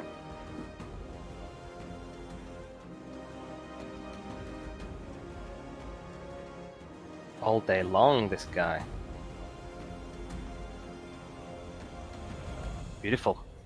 So he sidesteps from the big creature that is just kind of like hunkered down in the middle of the path. Sidesteps, just flies in with this dagger, clips at the little imp's leg, and it starts tumbling off the wall. And he just brings his short sword up and just shatters straight through it and kills it dead. Dun, dun, dun. We have a kill. Just explodes into a little shower of icy particles. Let me make sure I can remove that one from the combat tracker. It is that one. Cool. And then Ket is going to then dash back, go for the big dude. I don't know why I keep avoiding calling it a golem. It's called a golem. But it makes no real odds. We know. Sorry. All their names are visible. Oh, they're all in thingy, aren't they? Yeah. I always forget. Carrion crawlers? And he misses. Yeah, the big golem. He's going to step back in. He's going to step back in front of it instead of flanking from the side. Do you know what? He really feels like he's DMPC, but he's only like a CR3 cat. He's just really. It's Esmeralda. It's the number of attacks makes you feel like, oh, fucking hell. Yeah. Okay. It is Sir Gris. Strike him heavily, Sir Gris! So Gris comes charging in. Not much he can do. He's going to give that axe a swing. Wing-a-ling-a-ding. I feel like it didn't come through properly, as in mechanically. I feel like last week I did use both charges of my Soldier's Trinket on the wolves. It still shows he's having 2 charges, but I really think I did use both. So I'm not going to pop it. I'm going to come in and swing yon axe. At speed, just trying to go a side strike straight into its gut, for lack of a better word. Hits. Is Nice. it classed as giant? No. Yeah, I No. assume it's elemental, yeah. You'll never face any giant kin. I give you the No, axe. of course. Lols. Strikes. Having only caught up to this down the road, how's this thing looking? Has it been wailed on for long? Does it seem to be bothered? It seems to be big hunks of ice. There are big chunks that are taken out of it, but for something that is coalesced from the blizzard, as it were, it does not show similar traits of you organism types. Okay. Bonus action. I'm going to recover a point of psionic energy. I will actually continue to move around him a little bit, trying to flank between me and Ket. I will call to Letitia. Letitia, after the wagon if you can! And then I will... When did Esmeralda join the party? That is exactly how he speaks. He has always speakhead. If this hits, I will be unleashing a psionic strike. You fucking son of a bitch. Spent a fucking action surge for nothing. Disgraceful. But at least you know. At least I know what? Yeah, you spent the action surge to know that you no longer have an action surge. I don't get any more movement. I don't get. Oh, I can get a possible bonus action, but my fucking. Oh no, I'm not within 60 Not feet even of the close. wagon now, am I? No. No. Asio Lantern. Yeah, that's me then. How What you disappointing. done? Duck, otherwise known as Duke. He's still travelling at this fast pace. Eileen, do you wish him to continue it? Do you wish him to take a shot? Do you wish him to slow down? What do you wish him to do? So far, continue. Okay, so you want to continue at this pace, yeah, at this speed. Yes? Keep it Alright. going, Zook. How you feeling? And he just looks over his shoulder, like briefly, like looks to speak, but then quickly snaps his head back and concentrates on the road because you are going 60 feet every 6 seconds at the moment. You're going pretty quick. Well, we'll see how quick you're going because right now he has to roll a driving check. DC 15.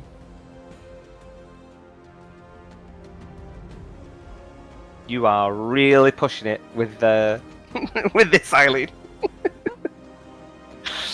It's all fun and games until he rolls badly.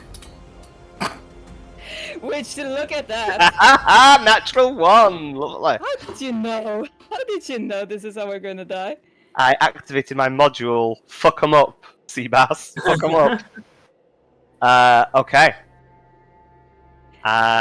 Eileen. Yes? As he kind of like looks over and you shout to him, there's like this distracted moment, and he looks back, and the horses start wobbling, and the wagon starts shaking.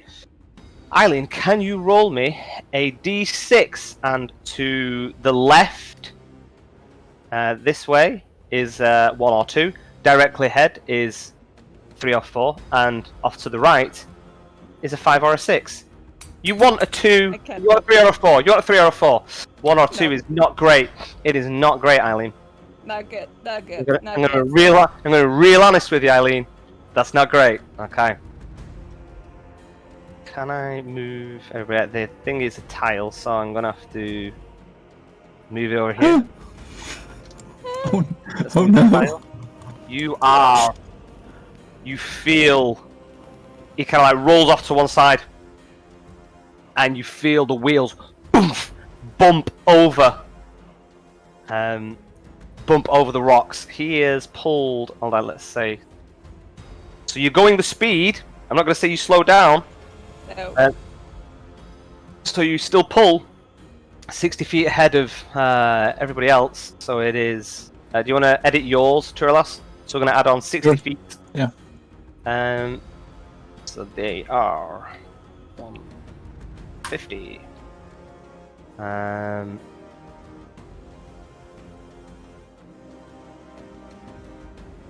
Okay. I'm not going to bother with these guys at the moment because I know that they're pretty much right behind, right next to you, Turles. Oh, do you know what? Yeah, I am.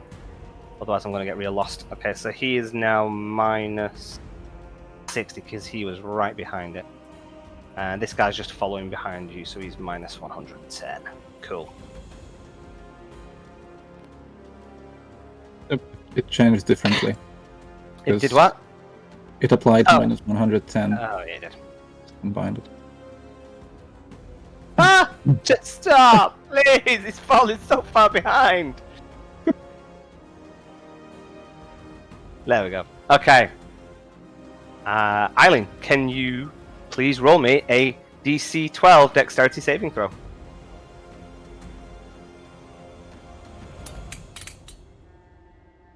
Yes. Yes, how bad is it? You are thrown out of the. Oh, do you know? Actually, no. Roll me a. Let's go for another. Let's go for a D8. So we'll go. Top is 1, 2, 3, 4, 5, 6, 7, 8. All around the houses. Roll me a D8. Okay. 1. Okay, you are thrown into the thing. I'm going to make you take 1d6 of damage as the cargo and everything starts rolling around. This is 1d6 bludgeoning damage that you are taking. Ooh. Wonderful. There you go. A nice 5. You are absolutely leathered and kind of like thrown to one I think I side. made a mistake. I accidentally sent me to 0. No Oh. mistake. Make your new character. You're done. Okay. This So is high. what? Can you remember what your hit points were? I think it was 12. Yeah, you're originally at So 3. that's 7. Then you rolled 7. So that was. So yeah. So you're at 7. Yeah. Cool. Can you roll me a concentration check to see whether the Duke still has? I mean, that was on me. That was on me. And no, it's no longer there. Okay. Jesus. This is going wonderful, guys. Let's see how wonderful it really gets.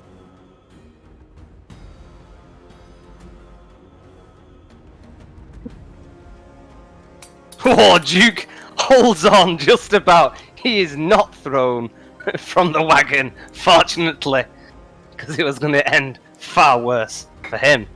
Okay, so he is riding along the side of the thing, pulls it back over. You know, I don't know why I bothered moving everybody. I should have just left it where it was. This is now far too confusing. Stop listening to me! Nobody's sat in a tile. It's just upsetting me. Okay. Well, we'll leave it there for now because it's not. That's not. It is. It's just frustrating me now. I have to move everybody back over. There we go. So he manages to right the wagon, pulls it back over a little bit, gets you back on the road. There you go. Thereabouts. There you go. Smashing. Let's move these horses back over. Okay, so that is Duke's go. 1 second. Try to select both of these. There we go. And put them there. Whoop. Okay, cookie. It is now the big dudes go.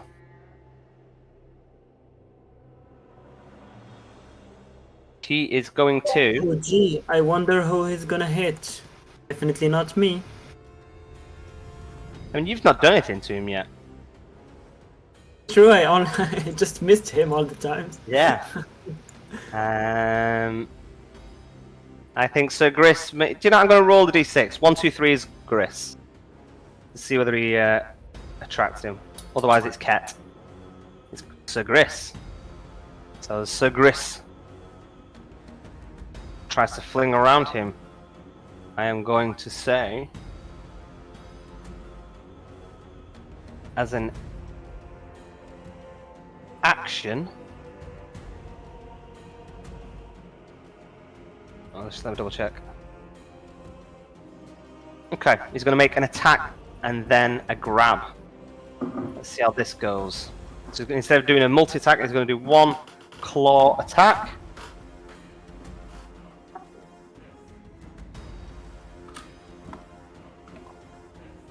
So Gris is back. It misses, and then he's going to do a grapple, which I believe is an opposed strength check. Wait, what? That is right, isn't it? How the fuck is there another one? What? Well, he has multi-attack. Oh, no, so you target my wrong thing. So it shows as me that's attacking the horse, and I thought, shit, is there one at the front as well? Oh, no. What's the one from the horse, sorry? Draft horse I rolled had a it one on selected when I was rolling to see which I was way thing he thinking, fell. fucking hell, there's one up ahead as well. Okay, so while first one misses me, cool, yeah, I am. Under Yeah, attack. so now he's going to try and grapple you, which Good, I believe is an opposed strength check, right? It's opposed. Well, it he has does to hit. athletics. I can choose athletics or acrobatics. Okay, cool. So he's going to try and grab you. Oh, sorry, what are you saying, Tyrellus? I mean, he still has to hit to grapple. Oh, is it Oh, just yeah, a normal, yeah, of course it normal is. melee attack? Yeah, I mean, you can still use. Actually, it might be different for monsters. So I suppose if you want to try and grapple, it would just have one attack then. He 'Cause I think failed that's- anyway. Yeah, that's fine. Mm. So it reaches out, takes a swipe at Sir Gris. There was something weird about it because characters can choose to like use one of their multi-attack attacks to grapple, but monsters cannot do that. Mine can. Is something weird that I seem to recall. Yeah, that's I think I can think of several Curse of Strahd stat blocks which disagree with you, Aurelia. Oh yeah, I know that some of them can, like by default. Okay, so it just swings. As it's moving, it just moves so slow. Just Sir Gris just telegraphs the movement and blocks one with the shield, ducks the other one. And it is now the hunter's turn. Which hunter is it? Oh, it is the one that is behind. 110 feet behind. Okay, it's going to take full movement. It's going to run and run and run, so that it's going to take it to minus 30. So I will put plus 80. Does that work? Yeah. So it just bolts past Trillos. I'll get myself there. Trillos. Now it's me. So Now it's first your I can move like 30 feet. So I'll Mhm. edit that to add 30. So I'm 40 feet behind him. Is the whole ball of light and Still frost moving with you. stuff- It's still moving. I mean, you probably run out of it briefly, but then it's going to catch you up again. Okay, but if I run out, I can see them both. Yeah. Okay, good. Well, there is the one that's broken a bit. Oh, and if I keep running, I will keep falling behind because they move faster than me. That's horrible. Because I will only move additional 30. So What I are you will still doing? What are you behind. doing? Yeah, sure. I will throw. Bit rich from this guy. Fucker it up. Yeah, I'll go with this.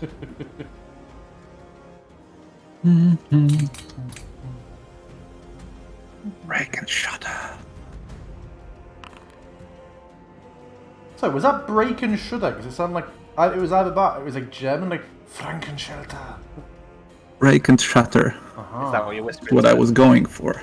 Nice. Okay. What is the result of that? It's just taking some damage, yeah? What It else? takes 8 psychic damage, and oh, that's a mistake. Does it now have to run away from you? Yeah, it does. Well, I was hoping it will kill him, but the rolls weren't very optimistic about that. Because it is the wounded one, right? Can you? Yes. Yeah, Yeah. I'll put a marker on it so you can see which one's wounded. Right, yeah. So he has to. You must make a wisdom on a fail save. Must immediately use its reaction. Yeah, it uses a reaction to move as far as its speed allows away from Oh, you. so it catches the thing by accident? Yeah, apparently. And I don't know how you want to treat the additional 10 feet that he has, because does he jump into the wagon? Does he I'm run gonna past it? give him a free. I'm gonna give him a free thing, a free athletics check to Sure. jump into the thing. Yeah. I think it might 1 be second, so fine due Oh, to how it works DC out. 12 DC ability check. 22.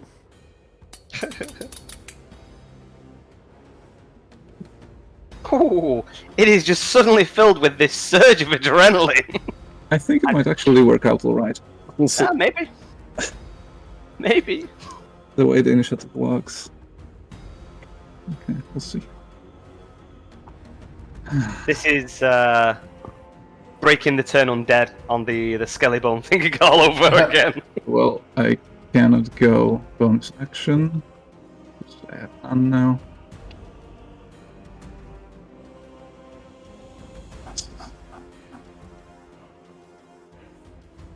Anything else? No, you? I cannot do anything. Corin. This is absolutely wonderful. I have guests.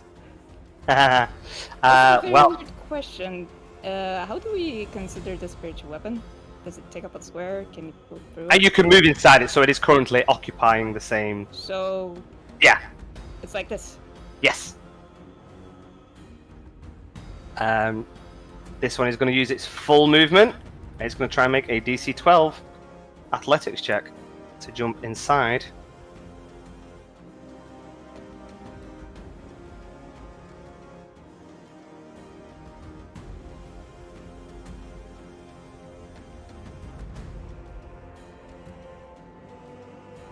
Ooh, you have company.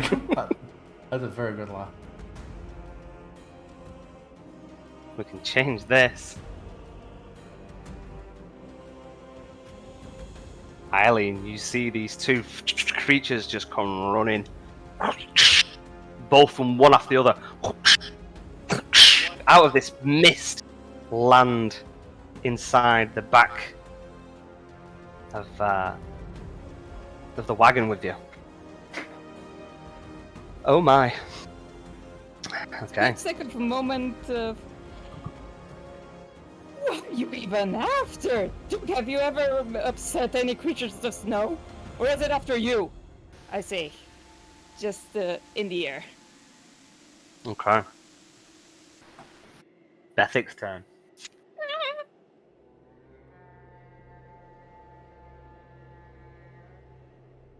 It is moving at an incredible speed. And as the two creatures leap into the wagon, you're kind of like looking behind, like looking past these creatures, Eileen, and you just see the Bethic just kind of like almost suddenly stop. And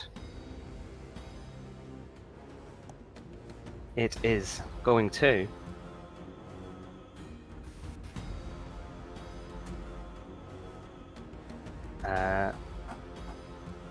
do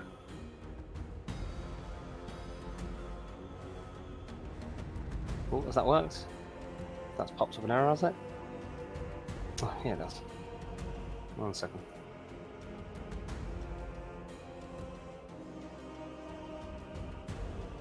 There we go. Here. Has that prompted you, Turilos? No, it did not yet. Oh, okay, so I have to roll the damage first, just checking.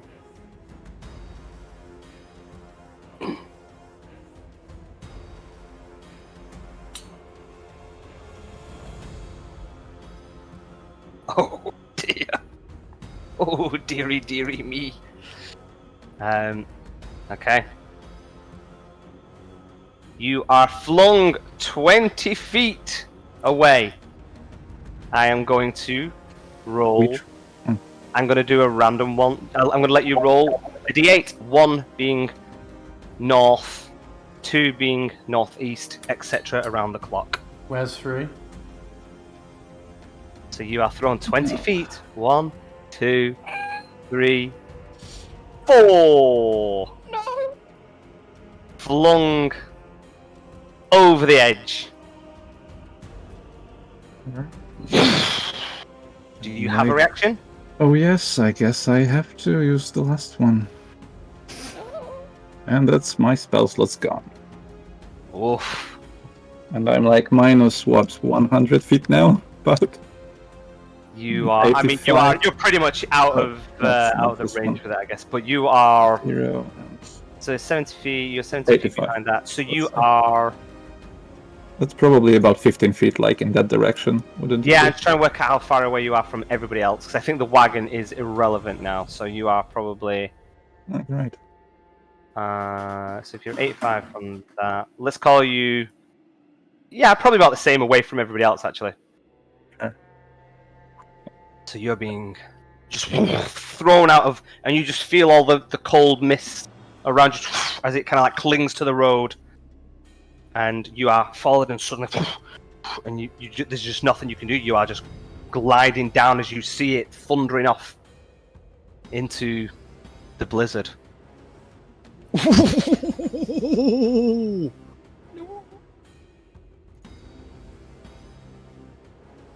Letitia, do you wish to do? Oh boy. Yeah, well, I'm going to desperately try to hit this big boy again with my rapier. I hope I do it this time. Pray with me, guys. Do it.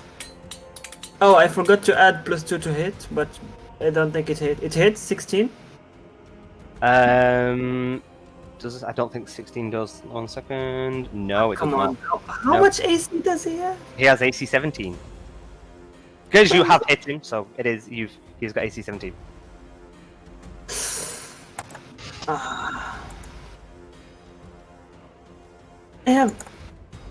Can I ask you a question about how my damage is calculated?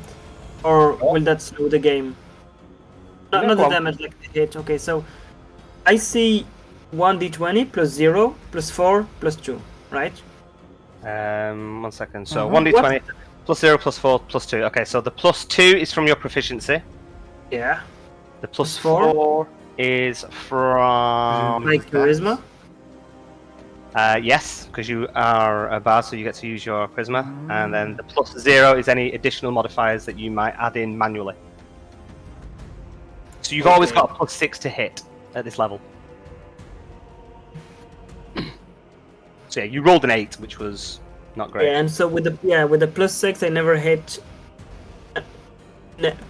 nobody with like my rapier from the beginning of the game.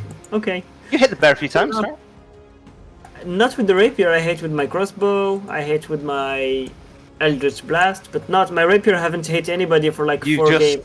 Just been rolling bad with the rapier then. There's no reason that you wouldn't. You've got the same. I mean, your plus is better with your rapier than it is with your crossbow. Yep.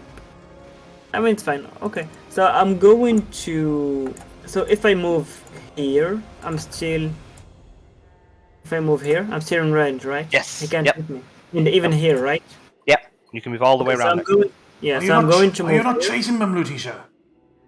I and mean, I'm you going- can't even see it now. It's no further away now than it was before. Okay. And can I see Trielos, or is he hidden No, by the? he's 85 feet ahead of you. You can't see him. Oh, that's don't- 85. Yeah. Yeah. He's like, so he's been running down the road while you've all been fighting this golem. Yeah. Well, I think my turn is over. That's my turn. Okay.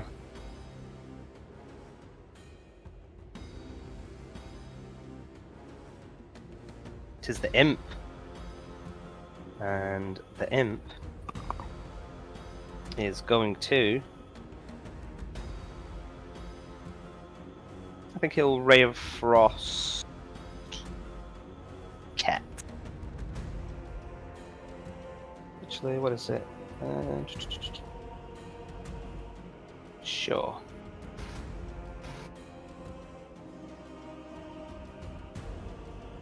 Hit.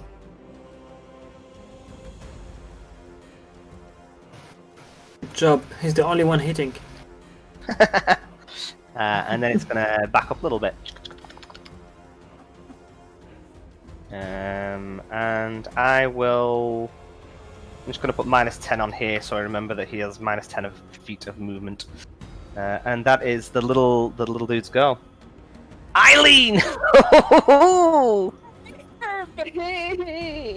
What do you wish to do? Do you have your bonus action? Yeah, I mean, you've got your bonus action to attack with the spiritual weapon.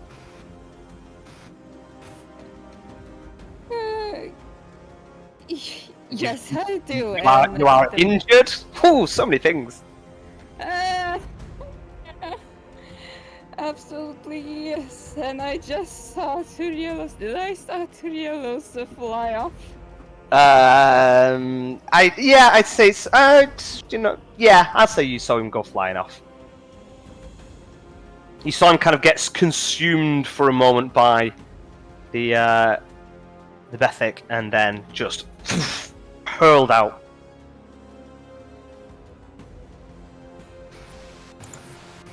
What do you want to do?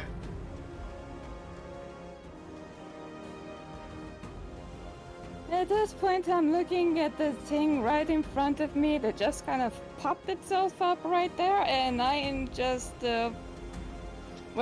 dying and fumming at the very least. And I'm going to ask it to give me a strength saving throw, please.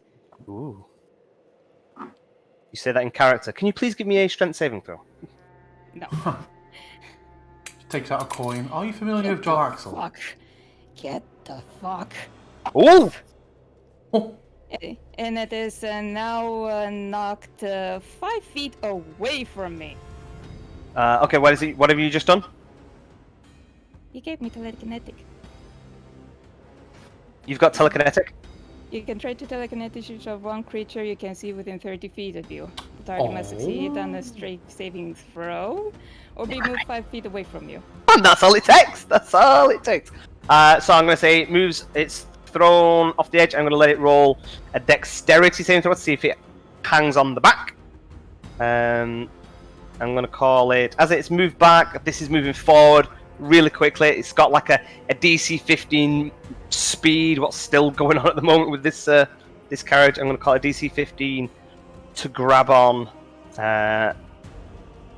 the back.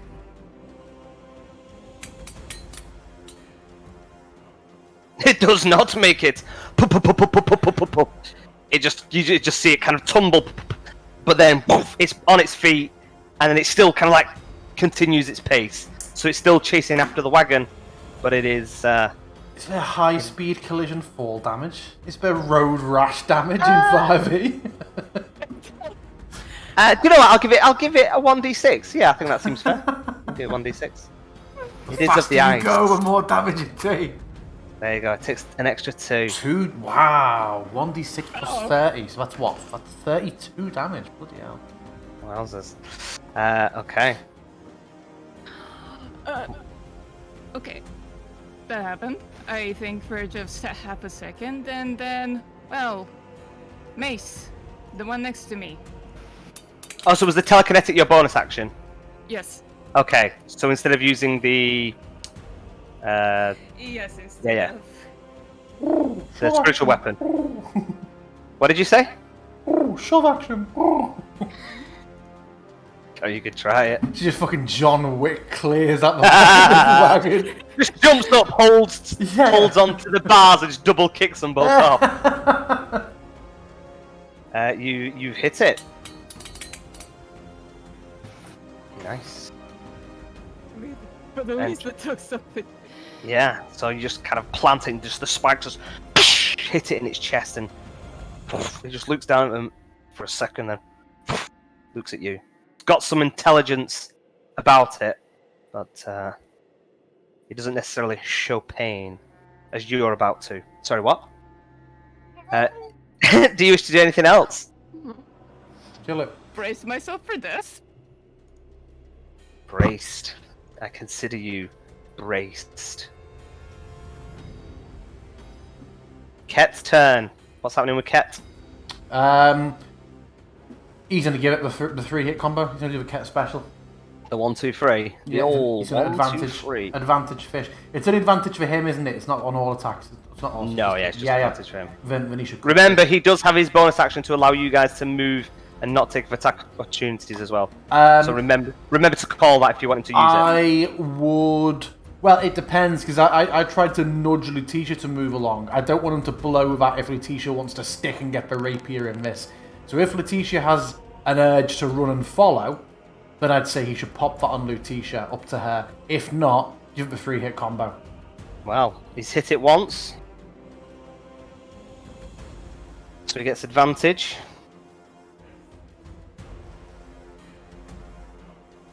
Hits it twice. Good boy. Let me see if he gets it again. Oh, until the end of the turn, so he gets it on all of them. Nice. Nice. So even if he's attacking somebody else, he still gets advantage on all his multi-attacks. Let's remember that in future. That's strong. Won't be forgetting that. Strong. So strong. You Oh, but missed. What level is he? He's only CR3. CR3. But I mean CR3, so he's like 4 level 3 players. He's a werewolf. He's a werewolf. Werewolves CR3. Oh, are they? Mm-hmm. Wow.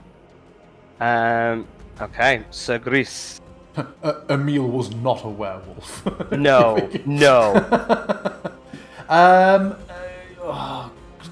it's gonna be an attack. I mean, he's still alive, isn't he, Emil? I didn't see the end of the stream. What happened? I've got ready for work for. I don't want to upload the VOD. It's gonna go to a point into the fade to have the Kirby enthusiasm music over the last few minutes. I did watch it, but I did watch the end of the stream. Cool. I started avoiding. I presumed you had from your comments on. Well, yeah, I appreciate that you left it there. Yeah, I was watching it just to kind of cut in, and then I stopped looking the moment somebody said, "Why did Thingy heal herself?" I was like, "Zoop! I don't want to know. I don't want to know. I don't want to know," because I didn't want you to respond. Because I heard them saying stuff, so I wanted to make sure I didn't see your face on the webcam. So yes, so just so you know, so I don't. I was like avoiding character sheets and everything like that. Yeah, magic ring.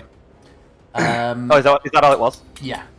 I'll take that. Hits, and he's gonna use that psionic blast that he bought last turn back for fuck all. Oh, max die, nice. What's this? Huh? Oh yeah. Do you know what? The timing of that made it look like it was the psionic strike, triggered an extra dice. I was like, I'll have that. Yeah. So a total of 22 damage, a max damage psionic strike. Looking rough. Straight across the top of both legs. Looking rough. I can finish this after them. I obviously missed before. What is this fucking cloud? That's the Bethic, but it's like far away from you. It's Cool, nowhere okay. near you. It's like 85 feet away. Okay. Um. That is. So do you? I will move a little bit. I'm gonna. Oh, how far away are we From what? from the wagon? You don't know, but realistically, Yeah, you it's are out of sight. 150 feet. You can't see it. You can just see the Bethic swirling on the road.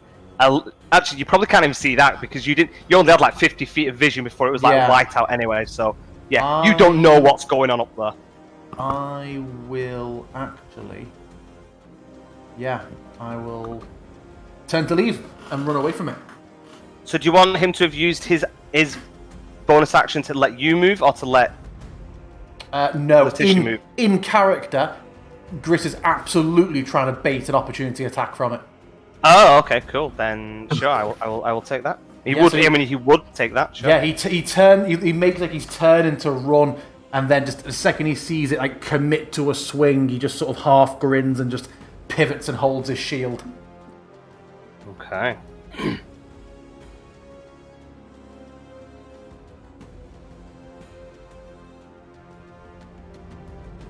Is there anything that you can stop it with? Nope. Or are you just hoping it would miss? I know. Well, I'd rather it hit me than that they can both run away now if need be. Okay. Yeah, so hits me hard. I remain. So are you telling Ket as well to Yeah. chase the thing? Okay. I've got it! After them! Then I'll say he used his bonus action to guide Letitia if she does end up running. Okay. That's me. Okay. Oh, sorry.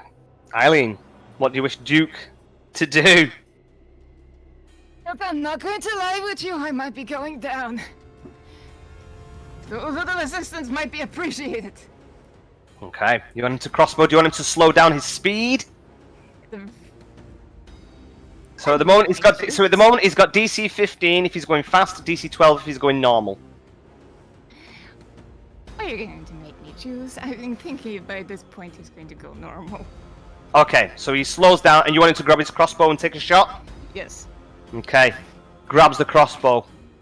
Locks on his arm with one arm around the reins. Kind of like tucks the butt of the crossbow under his arm and just looks straight over his shoulder. I think is this the first attack that Duke has ever done? Yes. Yeah, this is like, you know, he was the master sniper in the Emperor's Tournament 12 years in a row. Okay, so he has a heavy crossbow, and it's just like this big one that swings it over the back, and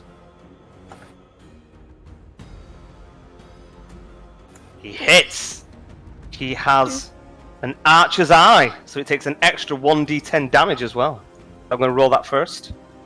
Actually, no, I don't. Oh, shame he's not using. He's an archer's eye. He needs a crossbowman's eye. He's no good here. And then plus 1d10. Oh shit! It's a heavy crossbow. Nice. Yeah. I always think of heavy crossbows being like marginally smaller than fucking scorpions, like ballista. I mean, it's a big boy. Wasn't the worst damage in the world. The D10 could have been a little bit better. So this thing just big, massive, just chunk splinters off its chest as this crossbow bolt just kind of digs straight into it. So that was his action. That was his bonus action. He is now going to make a DC 12 driving check with disadvantage as he had to make the attack. Let's see how this one goes. I can't look. So we've made the DC easier, but the attack has made it a little more challenging. Harder.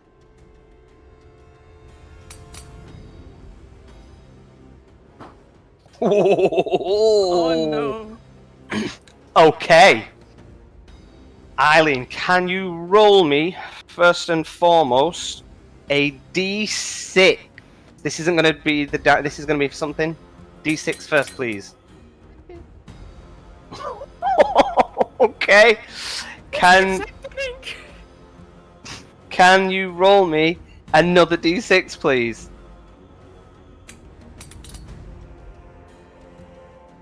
Okay. Start growing. As he takes his eye off and kind of like just this crossbow smashes it. As he looks back, the wagon has pulled off to one side again, and it clips the side of the cliff, and he falls forwards out of the thing, and he is hanging between the horses that are running, and he's holding onto the post that's in between them both. And I'm gonna give him a dexterity saving throw to see whether he drops the crossbow or whether it goes over the edge. So DC, I'm gonna call it DC 10 dexterity saving throw.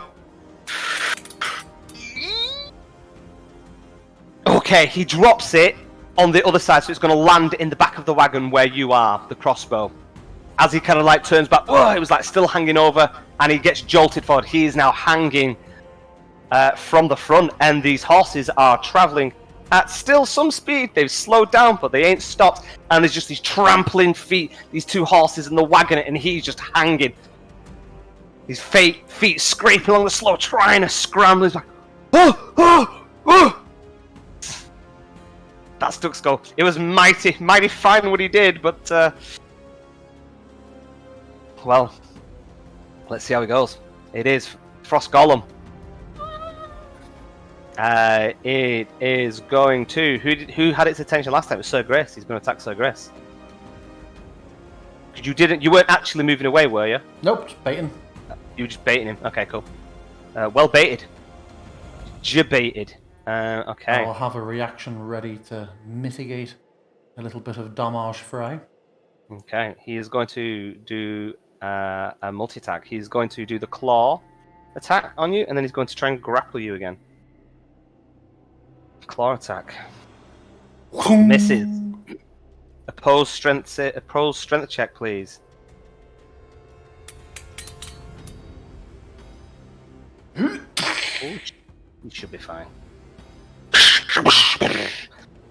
Just knock him away again. Just even as you like smash with his shield as he goes in to grab you, bits of his fingers just smash off as you kind of like bat his hand away.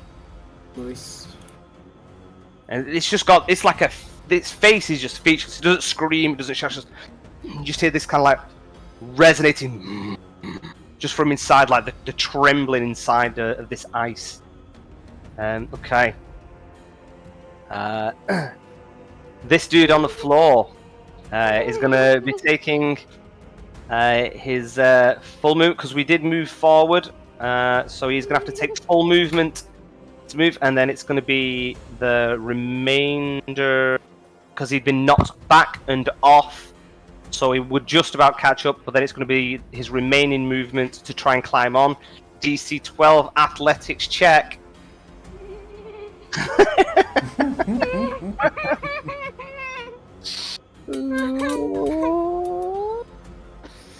Oh no! Oh no!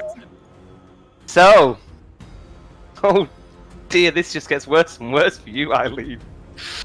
Wow, finally got around to Tyrelos' go. Wow, that just seems like ages ago that you were knocked off. For me, I think because a lot of like the narrative event comes on Duke's turn. Sometimes by the end of Duke's turn, I'm like, okay, is he getting back around to me yet? I'm like, oh fuck, he was literally the guy after me. True. Okay, I mean, I don't know how far I am right now. Like, I'm going to say your movement, you can get back to the top with your movement. In terms of I don't want to go up. I want to go. Okay, you went that way. Yeah. Okay, cool. Yeah, then just start running, man. This is just 60 feet forward, and I don't know how far the wagon has moved last turn. Sure. Okay. So just tell me that, and I will calculate it. What's your range for telepathically speaking to Eileen? I mean, it doesn't really matter, does it? Oh, can you do it anywhere? You just connect with her? I mean, no, it doesn't matter how far it is, I think, at this point, but... Okay, let me see. Telepathic speech... 30 feet. 30 feet, okay. And then it can last for like a mile when it's actually linked. Okay. Were you not linked when you went away from the wagon originally? I don't know, I don't think so. Okay. So you are just bolting as fast as you can. Full right. So you are now running at full turn faster than the wagon is going, so you will catch them up, just not right now. Yeah, sure. Okay. It is the... oh, what happened then? Why did it snap to you all of a sudden? Okay. It is the hunter's turn. Hunter. What was that? Be prepared to die.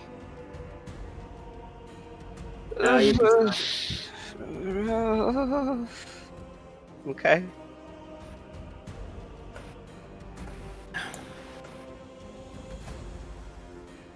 I'm gonna blow my inspiration to hope that he rolls worse. Nikki is sending you hugs in chat one. I thank you very much, Nikki. I've also updated our quests. Yeah. Better roll. Okay. Ticking down an inspiration at the very least, I'm dead. You are down. I am down. It's still a question. No. Can What? I use inspiration to have the thing that's rolling against me roll again? I think you can. You need to impose disadvantage, can't you, on one attack? I'm not sure if you can. I think it might You're just not? all be. I think inspiration is just for you. No, never used Well, it. Yeah, I think it might just be for boosting your own stuff. Let me have a look. Because If I can't remember. I think you are right. yeah, you expect to, you can make an attack roll, saving roll, or ability check. So good for death saving throws. Where that saving throws? On that note, Yeah. It was nice knowing everyone. Okay.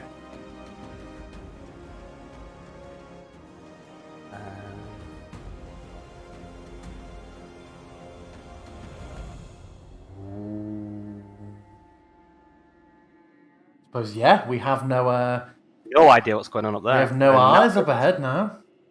and now that Eileen is no longer over there, doesn't matter really, does it? Okay. It is now Letitia's turn. Are Yes, you with- running ahead? First, I'm going to attack. Can I still run away if I attack, or? I mean, it depends whether you want to run full movement. If you want to run full movement, then you've got 60 feet of movement. If you attack first, then you've got 30 feet of movement. Yeah, but I prefer to attack because I will get 40 feet of movement anyway if I attack. So Cool. that's a good And good that's- alternative. So yeah, I'm going to try and attack this guy again one last time. You never know. Let's go, rapier. Don't fail me. Please.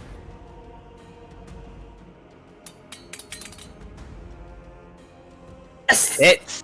I hit! I hit! So... I don't remember, do I do extra damage with my curse thing? I don't remember. Oh no, I have +2 to hit, never mind. Is it still hex? Yes, it's 1 minute. Is it over? We didn't do 10 turns yet. Is it concentration? No, it's not. Okay. Then it's still hex. So what is it you do? What extra? Okay, nothing, it was +2 to hit. So it's Okay. it's. But what I'm going to do now is I'm going to activate my one of my feats with my bardic inspiration. And the one that I'm going to choose is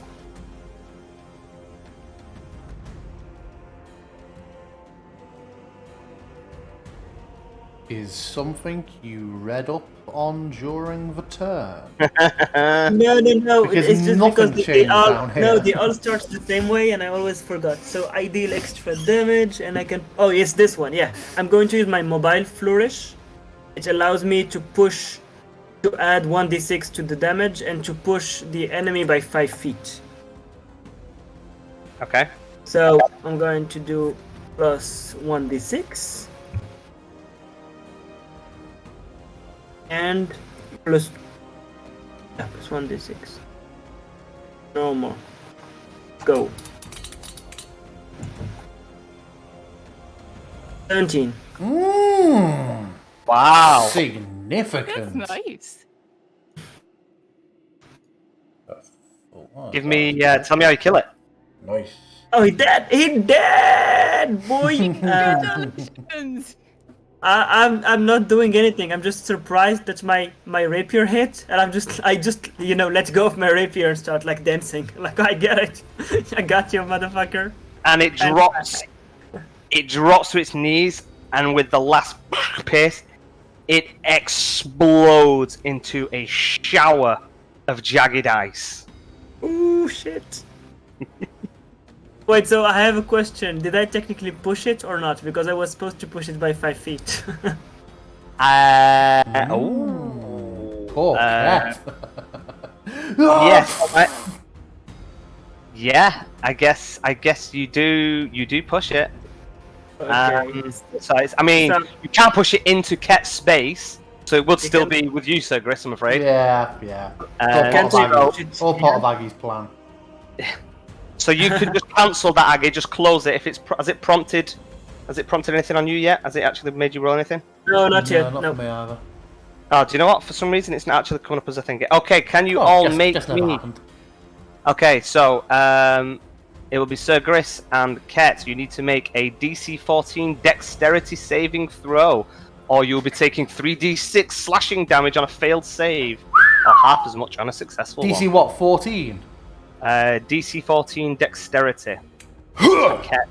Motherfucker. Oh dear. How much? I'm going to roll it in a second. I'm on 12 HP, so I'll be going down. And it's not an attack, is it? It's not. No, it's. So I can't even react to my damage. I think is it? Oh no! I think I react to taking damage, not react to takes damage or react to damage. Takes Nice. damage. So I will absolutely be reducing whatever this number's about to be by. Well, let me roll Ket's saving throw. Okay. Oh. Max. Wow, that was a good timing for that. Okay, so you are taking, and this is Slash. this is slashing 3d6 slashing damage. It's going to be full for you, -8, half for Ket. So let's see.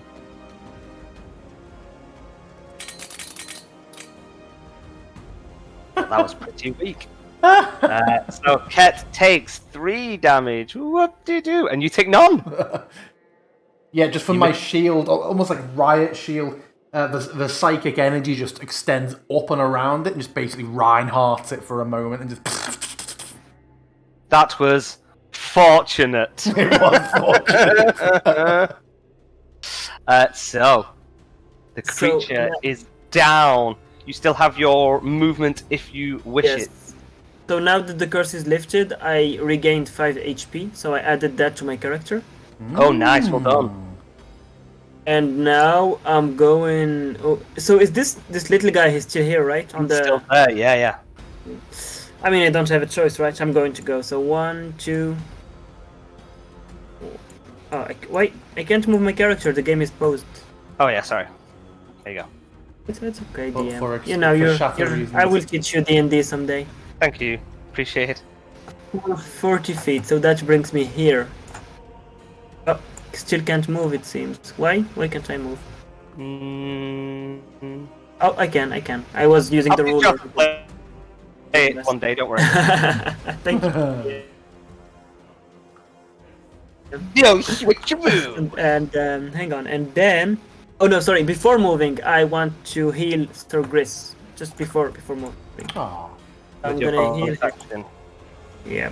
With exactly, with my bonus action, with the 2nd level spell slot. Well, what was Big your heal. push? What was your push then? How did you do the push? Was that Push just was my bardic inspiration. It's like a smite. I can add it as a And duelist my psionic strike. ability. And using bardic inspiration isn't a bonus? Is that a free action? I can never remember. No, it's not. It's a free action if I land an attack. I Okay, can you get to spend it. Nice. Sure. as a thing. I am But that was a bad reinvigorated. feeling. Wow. Nice. That was a Oh short wow, round. dual Double wands. Yeah, that's Double unfortunate. ones, yeah, that's good. Don't fucking waste my time healing me again. Yeah, very good, thank you. He cuts himself to get rid of that heal. Wasn't worth it. Grabs at the ice. Okay. Okay, that is Dead Skiz. So it is this little boyo. As Letitia is the one that is running, it's gonna she is going to get its attention. No. Yeah. And it is going to Ray of Frost, I feel.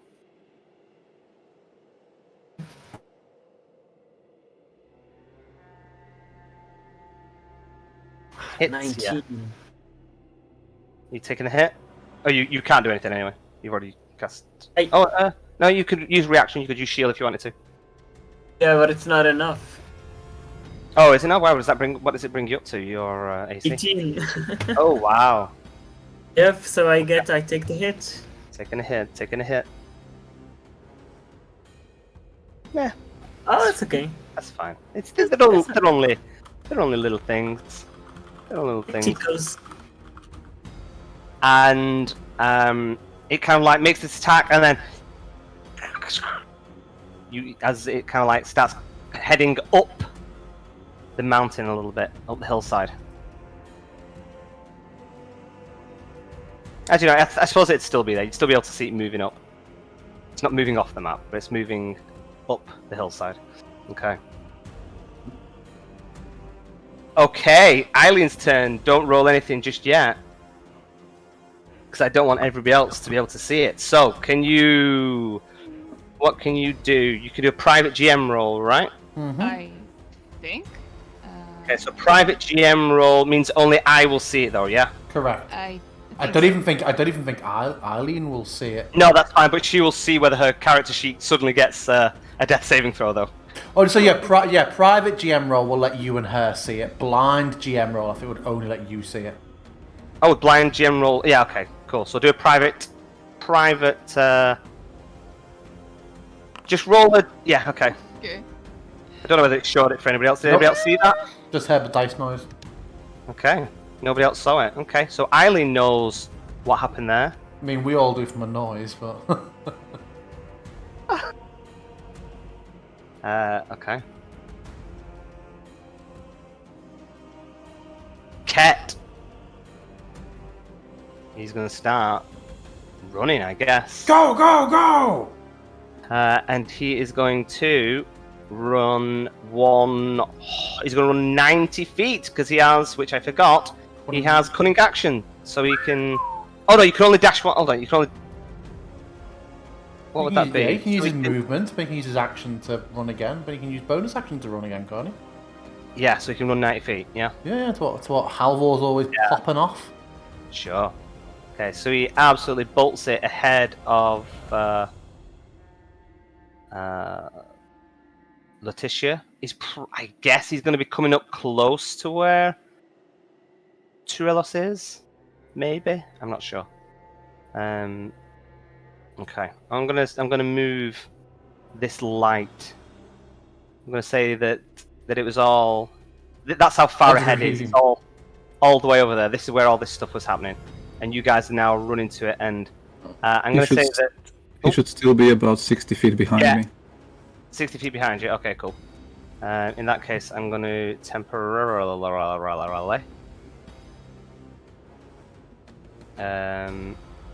I'm going to just move you further over here because you were pretty much adjacent with that, considering it threw you off. But you've then started running, so we're coming kind of off map shortly. Sure. Okay. Okay. So Running. Sir Gris, what are you doing? Are you running? Running, 60 feet. Running, okay, so everybody's leaving behind the little dude, which is fine. Yeah. Okay. I guess everybody is running for a moment. So then I'm just gonna stick with Eileen for a minute. Aware that this may be breaking the flow of combat shortly, I need to BRB for like 5 minutes. Is now an okay time to do it, or are we about to swap into something else? We can all take 5 minutes if we want. I think we're pretty much out of combat for the moment. Okay, if I nip now, I don't want to just cut Eileen's death save and throw off. Well, we're probably just going to see how that resolves itself for a moment. Okay. So does everybody want to take 5, and then we'll come back to Eileen Crane? Everybody take 5. Okay. Thank you. Taking 5 then.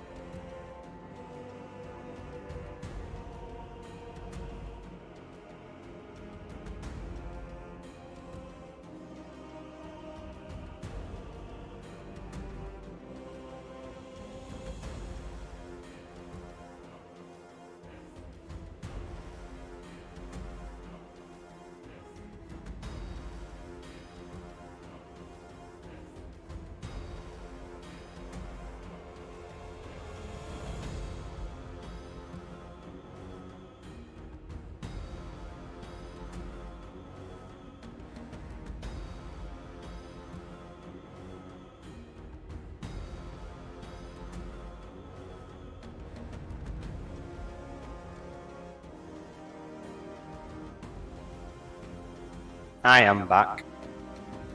Welcome back. Good to be back.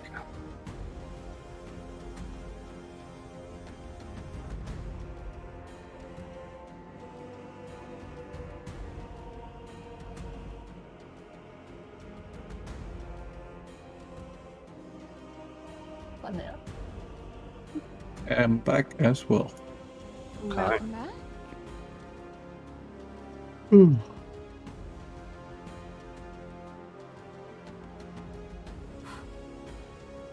Also, I do need to say that, yeah, it's a very good choice of music.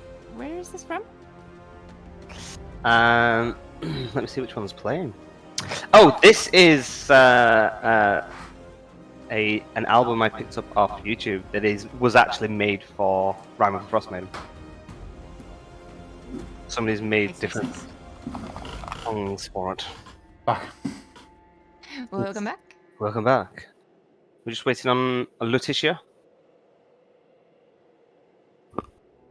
I will presume so.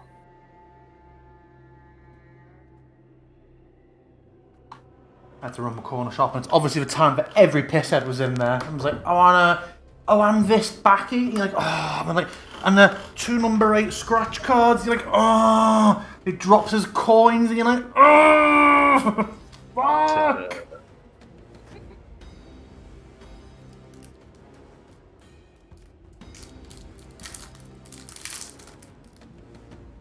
I'm back.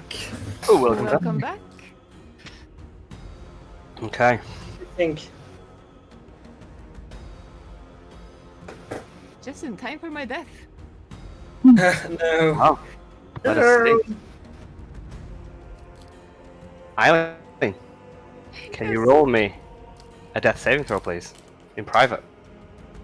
Do you know what? Yes. Suppose it doesn't. Do you know what? Considering the it probably doesn't matter. Okay, so guys, she's failed 1 so far. If that wasn't obvious before, you don't have to roll it in private. You can roll it in the open. Okay. I am going to take off that inspiration for this one. Which is probably a bad call. I'm not exactly sure how to do it. That's just advantage. It is just advantage. Okay. Nice. Okay. That is a success. Okay, so that's 1 more. Wait 1 minute. So.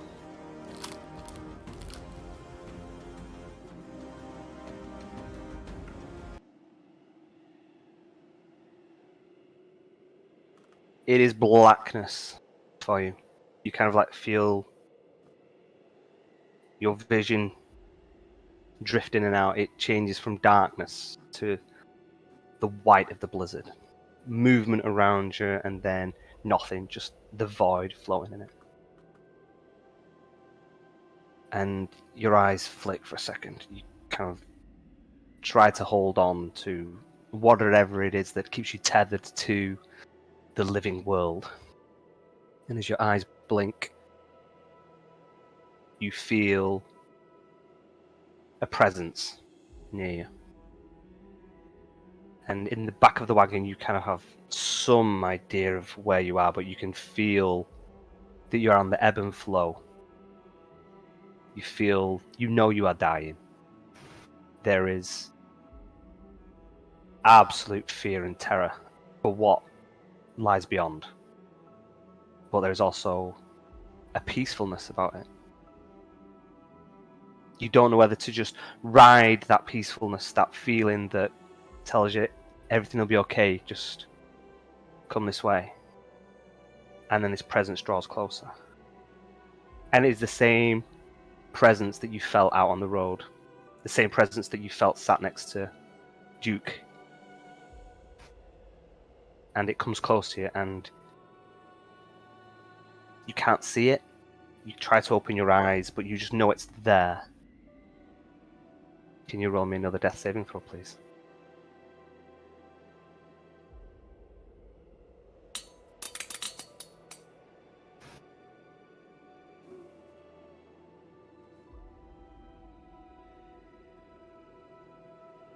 It is okay. It is not as bad as you might think. I thought it would be much worse, but it is not. But I do not think it is your time. I think there is much that you are still to do.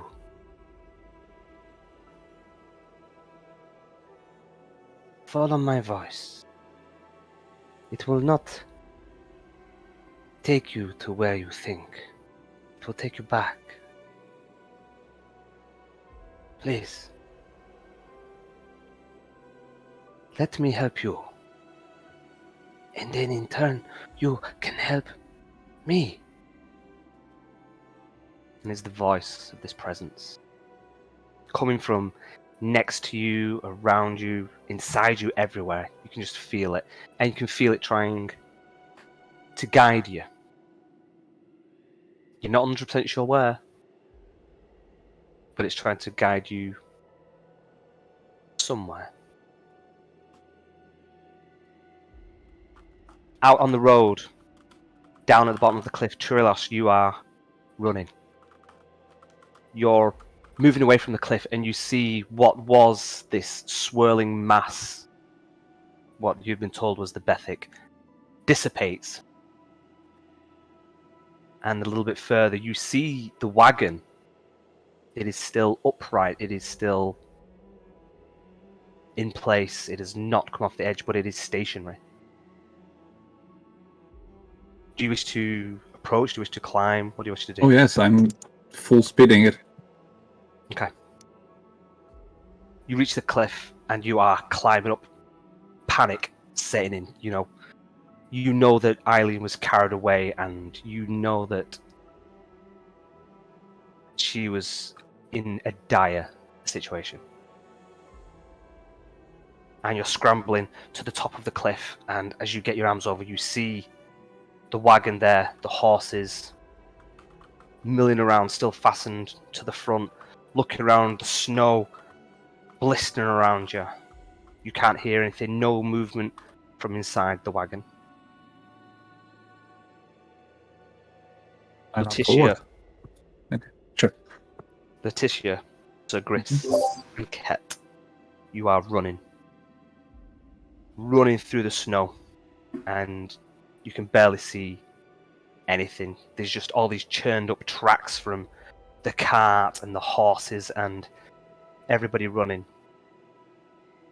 But it is otherwise just a complete whiteout in front of you.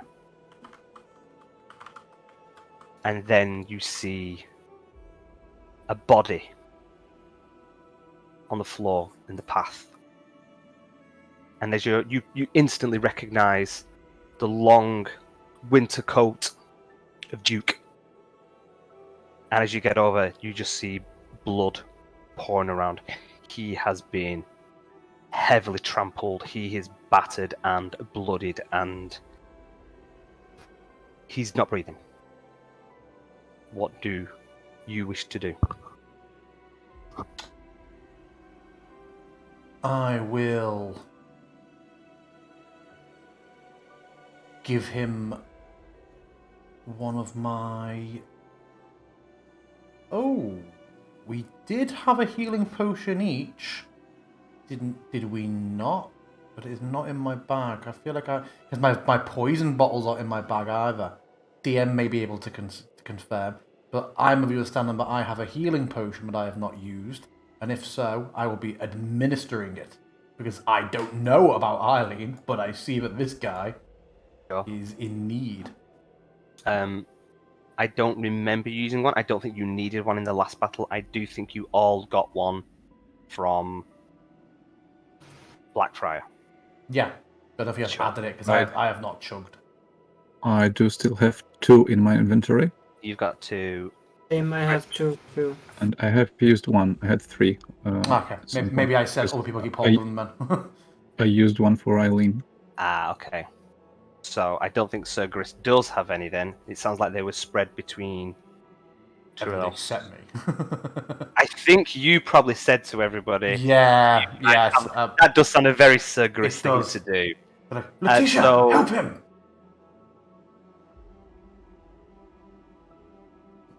Tisha, what do you do? So just hang on. Grace didn't give He's the not got potion one. because... No, Okay, you but do you ask and me for Trellis are one? carrying them. I Do you ask presume me we're for- running together, or you're a bit ahead of me, so you're coming to Duke first. I'm shouting for you to do something. To, administer a potion. How's the guy looking? Can I, He's like, bloodied and battered and not breathing. not breathing? Can I feel his heartbeat? Or is it... Yeah, you can try. Give me a medicine check. I'm gonna call it DC 10. Okay. Medicine.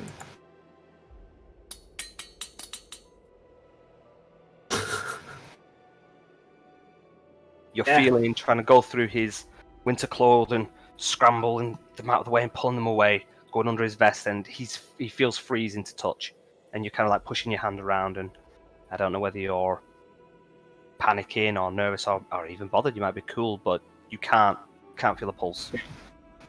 I'm going to start trying to talk his heart back and saying like, come on, and that activates my healing word. I Okay. still have spell slots, so I'm going to use a level 1 spell slot. Do I need to roll something, or is it just flavor? I would just roll me what the healing is, and if he is I still thought you were alive, tapped. Nice. no, Turiel had ran out of spell slots. Yeah, for some reason I thought that Letitia was as well. Very nice.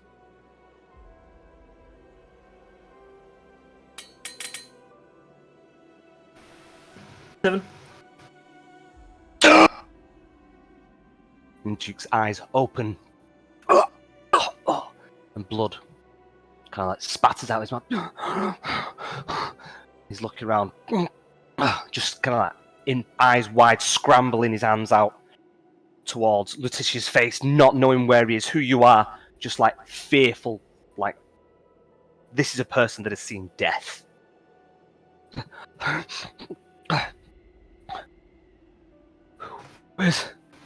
Where's Eileen?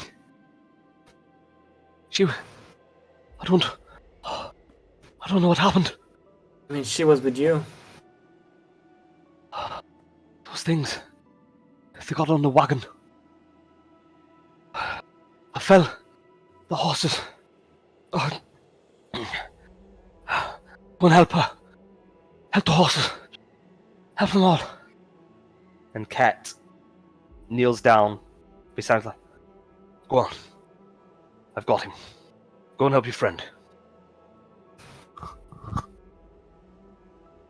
Okay, so continue running. So, Chris? Running with Eileen. You feel this presence trying to guide you. Do you wish to accept its guidance?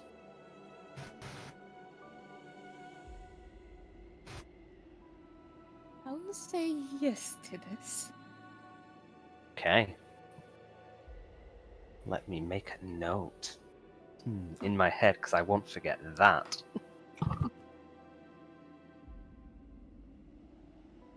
You can roll me another death save with advantage, please. I still can't look. 2 for 2.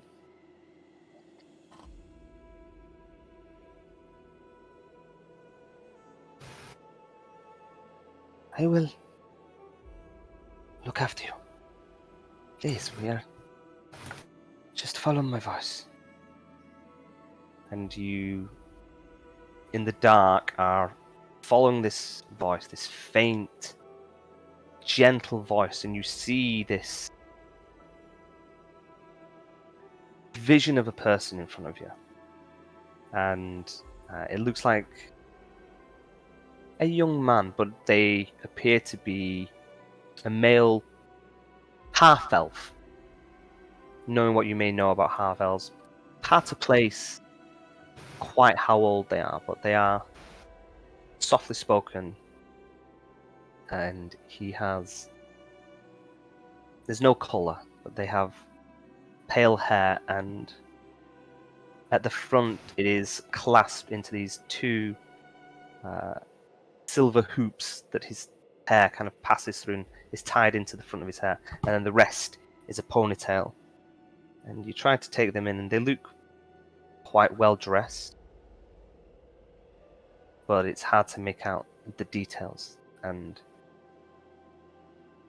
this person is smiling, and then they drift. They kind of like, it's the darkness, and then they are there, and the white of the snow wisps them away for a moment. And just on the wind, yes, follow me this way. Can I talk? Sure.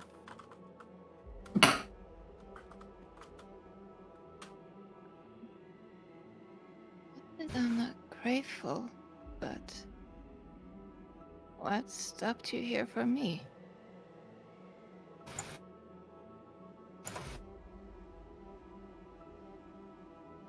You are one that helps those like me.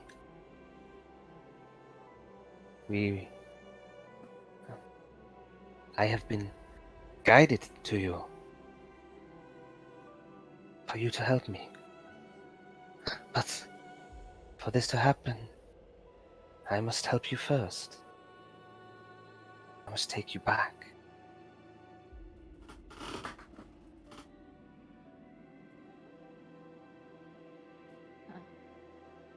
This I kind of nod. I don't know if I understand, but I think I understand the feeling.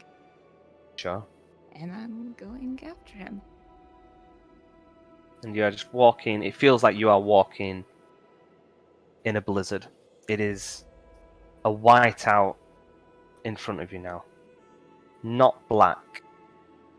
Black was the other place. Black was where you were. Now it's brighter, but still you feel lost. You're still not sure of exactly where you're going. Tyrelos. You scramble, pull yourself on top of the ledge, up on your feet, scramble to the back of the wagon. Roll me a wisdom saving throw. Sorry, not wisdom saving throw, a wisdom check.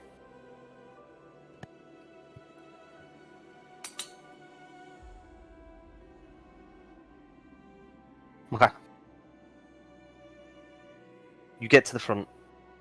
There is no sign of Duke, and you see Eileen underneath broken crates. The canopy of the wagon is slashed open, and she is bleeding from her ears. She is still.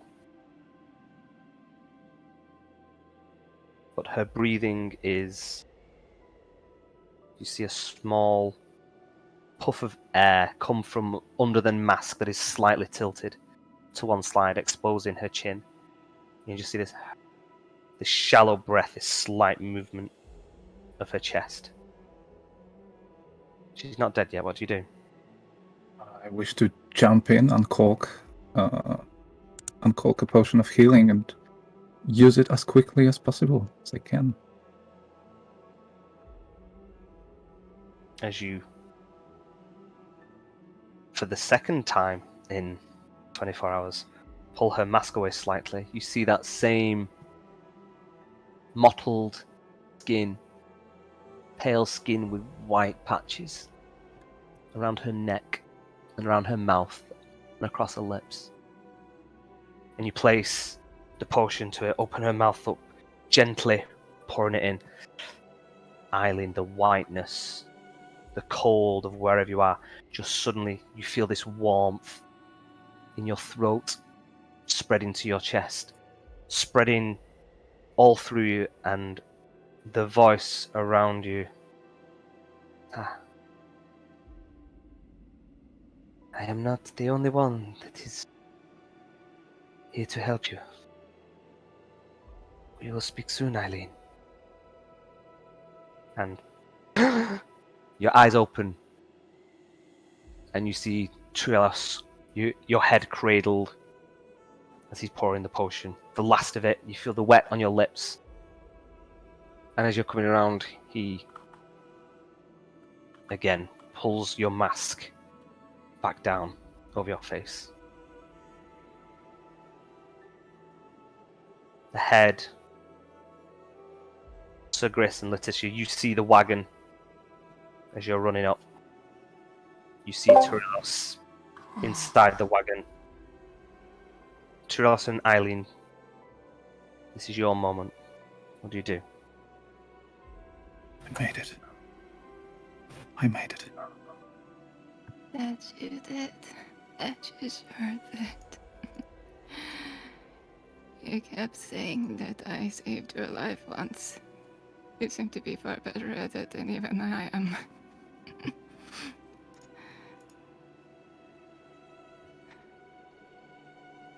You really did catch me, kid. Sort of slumber against the one of the crates or the wall of the wagon if there are any remaining. Because I do be bruised as blood everywhere, I assume. Mm. Both mine and hers. Mm-hmm.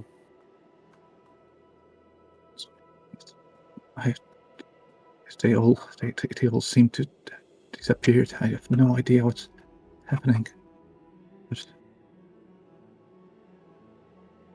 we are alive. That we are. And that you made it. You made it indeed. I'm having a bit of a look on you. What do you mean? I'm not sure how I'm looking, but kid, you're looking like Beth warmed over. We're good. Probably better than I am by now.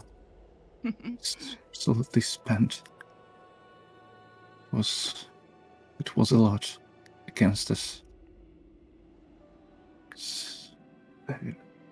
I almost lost hope for a second.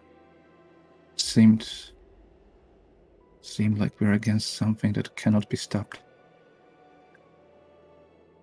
So, just because Lulu and me went and took a tumble. You know you're stronger than this.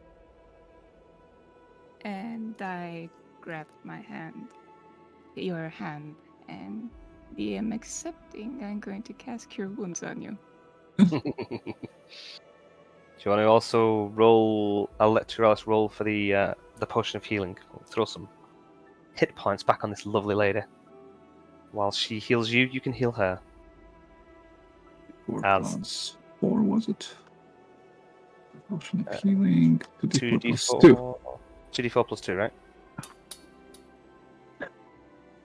Well, good enough. You get a lovely 5 hit points, Eileen. And what are you healing that boy for?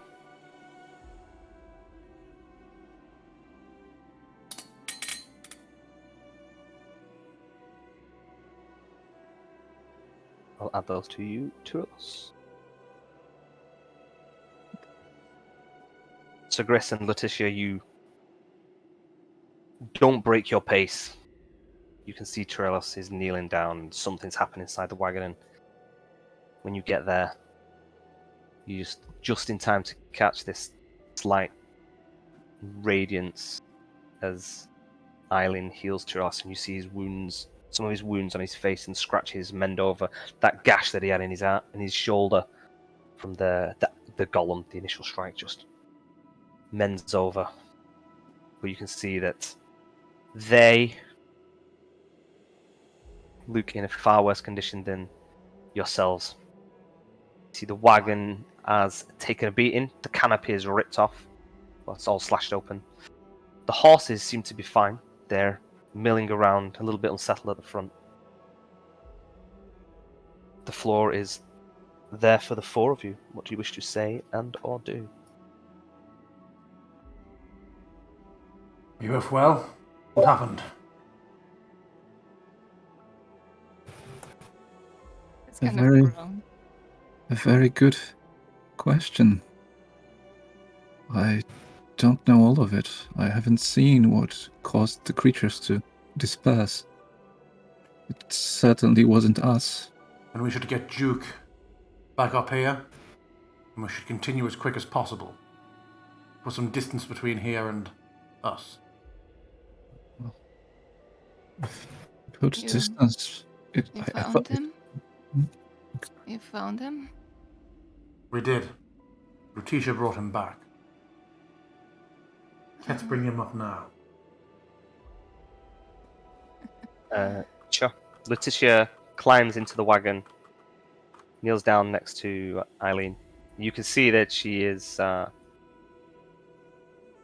worse for wear. It's harder to tell with Eileen. She's got heavy traveling clothes on, got her mask, but she is moving slowly and weaker, and Can I use prestidigitation to clean her up so it's easier to see if she has like big wounds and stuff? Sure. Yeah, you can do. Kind of like where her... She's taken quite a beating, so I'm going to say where her travelling clothes have been kind of like ripped at. You can see that there's a few blood stains and gashes, and kind of move your hands around, and the blood stains on both clothing and around her wounds kind of like fade away, and you can see which ones are scratches, which ones are deeper, which ones have already been healed over by the potion, but the blood stains were still there. So you can see that there are still a few wounds and bruises. From a scale from 1 to 30, like how much is she hurt? Alda, I will drag her onto the thing. So hold on. There you go. Here's some tokens, so you can all see each other. Okay. Oh yeah, pretty much. Like she looks bad. Okay. Yeah. I'm going to heal her and say, don't you dare die. Who's going to make us tea? Here. It's only getting colder. And I'm gonna cast my last second level spell slot, I think. Yeah, it's the last one. Eileen and heal. Normal. 9. Okay, that should do it. And that's it. Oh, your magic is feisty today. I really want the tea. Oh, you'll get the tea. You'll still get the tea. Also, I heard you saved another one of us poor folk. Thanks for that. Yeah, someone has to. I should smack you, but thank you. Of course. Say this is where you're currently at. So Gris is at the back, and from the snow behind you, you see Ket has Duke one arm over his shoulder, and you can see from Ket that he is doing all the lifting work. Like Duke is barely able to walk; he's just about on his feet.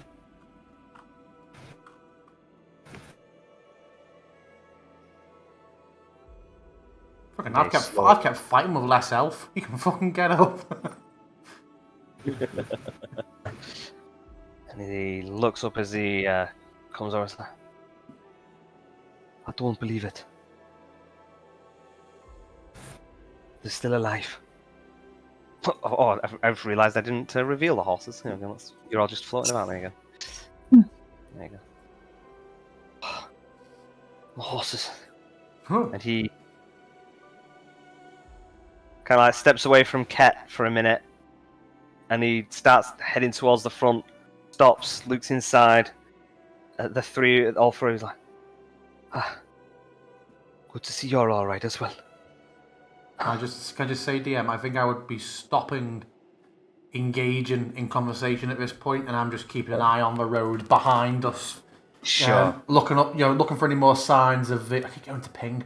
Any more signs of like the coalescing Beffet, or acutely aware that one of these, one of the more like spidery type creatures we left. I don't want some jumping off the wall, last minute throat tearing. Just taking out Duke with his 7 Yeah. hit points. So I'm just keeping an eye on our group for that. Okay. And Duke is at the front with his horses, keeping them calm. Ket approaches Gris, looks into the wagon, looks back at you. Everybody okay? Everyone's accounted for? We it. breathe. Yes. He looks Sir Gris up and down. You seem to be alright. I'm sure you've seen far worse. He gives you a pat on the shoulder. I nod, but I don't take my eyes away from my current lookout. I do not like being just sat here when we haven't killed everything. Sure. Ket looks into the wagon and then looks the way that you're looking, so you're both facing the same way, Gris. And still eyes on the road. He's kind of like side talking to you. What made it stop? No idea. None whatsoever. I don't like hanging around. There was a body. agree. There was a body in the wagon, for what it's worth. Are we Terrific. heading back to find out what it was? How far would we have travelled?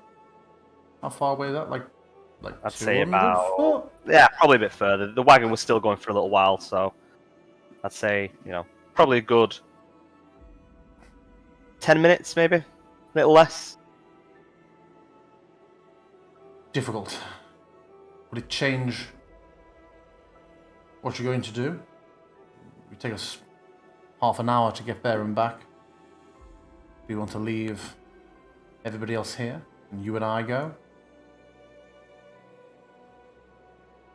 With things being unresolved, I'm aware that on one hand I'm saying we should be moving quickly, but on the other hand, we're talking about heading back. And he Sounds risky. looks around. Well, I mean, it's not going anywhere, right? Although, we saw that there was wolves there. Might not be much left of the body if I tried to check it on the way back. You say there was a body, and we know that they'd taken the carriage, they'd taken the wagon. So it's either one of mine or yours.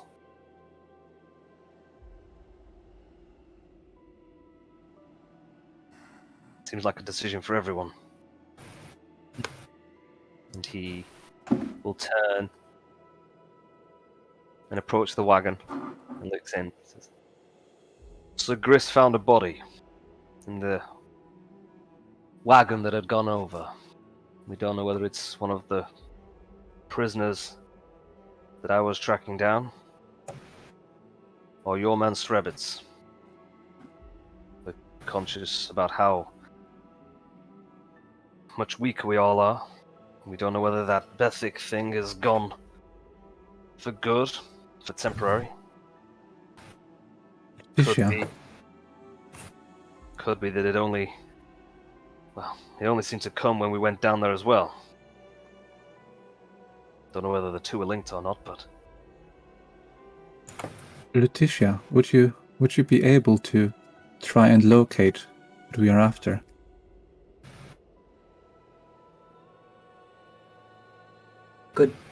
Could try, but only if they are close enough. I mean, if it's in that wagon, or close to it, we would know, right? You're within 1,000 feet. 1,000 feet, yeah? Are we within? Yeah, sure, I what? can try that then. Should I try it with what item do you think be a good fit? You've got the compass, right? No, I know I got the compass, but I need something to look. Which item you're going to try and track? Okay. So do we have something that belongs to the guys we're tracking? Maybe cats have something? His shitty green coat. Sure. Yeah. Whose green coat you're looking for? As in Stribbits? Ribbits. Bits, yeah, Is that because not I what still- is that not what he was saying? You're saying what to check him in? I do believe though. Okay, Once, because when, I you still got have... into, when you'd got into the room, there was a pile of wet clothing on the floor. Yeah. He had changed his clothes, so you don't know how he's currently dressed. I mean, How long does something belong to someone? Oh, Couldn't- that's philosophical. couldn't we Yeah, be but that's the question because I have his spell book, but is it my spell book now? How long is it his spell book? You know? Do you have it? I think so, don't I? Well, the compass is just going to point to the item then. So it's going to go, yeah, you've got it, it's Oh right yeah, there. I'm done. Yeah, I thought we What's wanted to Trellia's just. plan? I've got to Yeah. What's Yeah. solved? Oh, hang on, I can look Couldn't for. we just want to look for the orb? Yeah, but if the orb was in the, we would know it if it was in the wreckage, right? Well, it was also almost certainly in a lead case as well, wasn't it? The lead portion of that box was taken, I believe, suggesting that it is in a James Bond style lead attaché briefcase. True. So he might have changed Can we clothes. can we and look for can lead track it. briefcases? I mean, I can't look for. I don't think I can look for something that I haven't seen or touched. Okay, gotcha. Seen up close or touched. Yeah. It needs to be something that was on Stribbits when we last met him. It's risky. Well, Risky. It's almost as if this guy that was planning to steal this thing did a really Yeah. good job of not Yeah. being found. Absolutely. However, what he didn't think of. So Gris is going to hold up his lantern, and he's going. the other spell that you've got on your lantern that you've not used yet. Okay, Yeah, it's I called mean, replicate Neferi's orb. I don't know how Letitia's compass works, but if it's something that's basically like once a day or so, I suppose it will still be beneficial to try and seek for the orb. Maybe it was taken out at some point. Maybe it was knocked out. That's true. Whatever. So like this, Rocket gold. Sure. if we can freely do it, I'd say it's still worth it just to check if we really need to go back. And then we I hear you, can- Trialos. I agree. There is no cost to use it, but we should just try to think about the most efficient way before just burning the only charge of this item I have. Oh, So, if we cannot find a better idea, I can definitely try to track the orb. okay. If we are not sure whether the result of this will be, conclusive, I suppose we You know might what? as well just Do it. check. Whatever. I I just take out the compass and do it, DM. I'm tracking the orb. I'm going to see if you see the orb. Okay. What was its command word? Can you remember?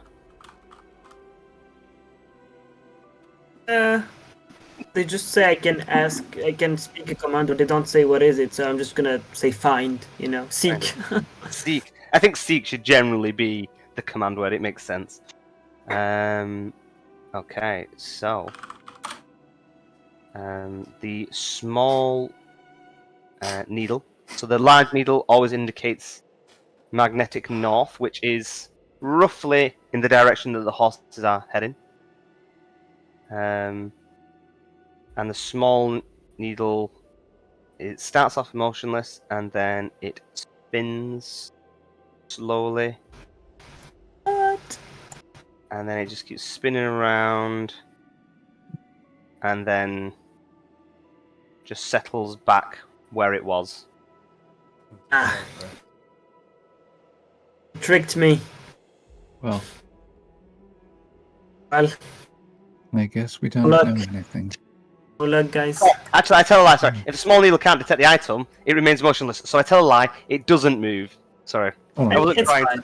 Yeah, there you go. well, what I'm thinking is, so far we haven't been able to outrun any danger in these mountains. I'm not sure why it would be different now. We might as well check it. If there's a suspicion that our quarry is already dead and there. It seems that everything here is dangerous and out for us. Yes. And dedicated. Yes. So I'd be up for checking whether we are not leaving what we are after behind us.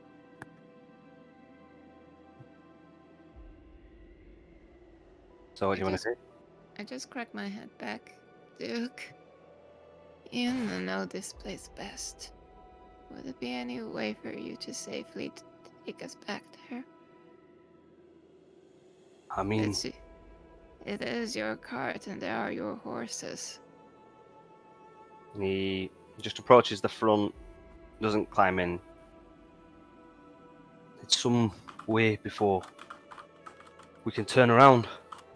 And then once we're facing that direction, some way again before we'll be able to come back this way.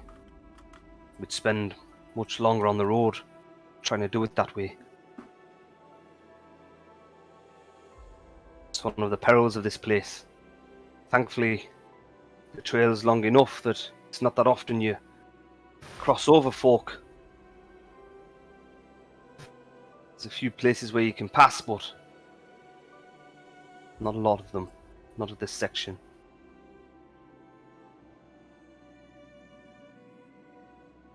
Or at the very least, do you know of any portion where we could keep the cart in? The horses safe? Luskin. Not for a little while. Pretty much. Once we get to the spine, really. It's all a bit more open or too rocky for the wagon to pass through. It's nothing but a road until we reach the spine.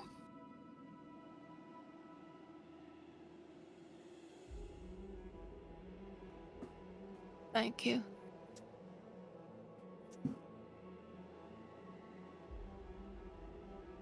Well, don't look at me, I say to the others. Sir Gris, do you feel we need to push on?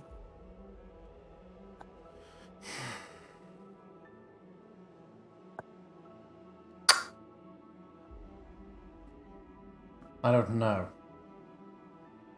Both feel right and both feel wrong. We shouldn't tarry here any longer than we need to. But we certainly shouldn't leave that wagon without at least inspecting the corpse. Consider, it is either the man we are tracking, one of the fellows Ket is tracking, or one of Duke's colleagues, in which case shouldn't be left to be picked up by the wolves. Well, I'll go. We do know that the wolves are dead, at least those. I can't imagine any wolf pack consists of only 3 wolves. Oh yes. That's a good observation. They can be at least 4. You take a few minutes, take some time, recuperate. I'll check it out. You alone? You shouldn't go alone, Chris. Ket steps forward. We can't leave Eileen either alone. She's pretty much hurt. I will stay here. Ket makes sense. I'd recognize Stribbits. He'd recognize one of his quarries. If neither of us do, we know it's one of Duke's men. Reasonable. Right. And he looks at Sir Gris. I You recommend we climb down. There might be wolves down there, but if that thing comes along again, I don't fancy being thrown down to the ground. Take my chance with the wolves. Oh, give a nod. I'll make sure I got my lantern this time. I'm just going to step down from the cart and get really, really close from Harrison, from Gris, to the point where it's uncomfortable. I'm gonna look very closely at his lantern, so I can track you if you get lost.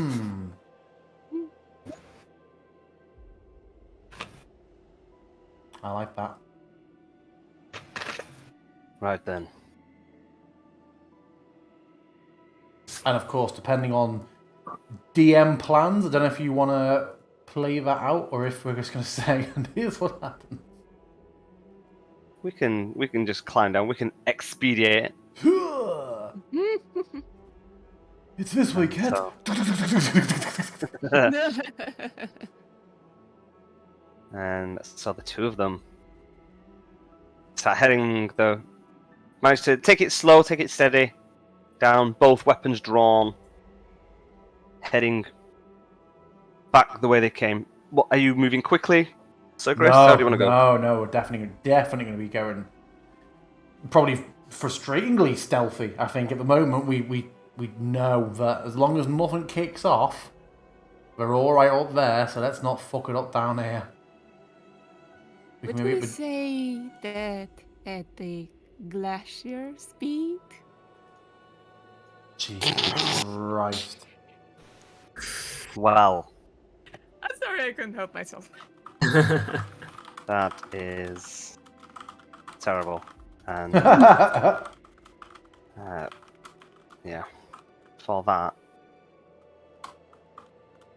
Anti-inspiration. You're going to get anti-inspiration. An additional D6 wolves. You have angered. The perfect. The perfect returns. The perfect is tired of your shit.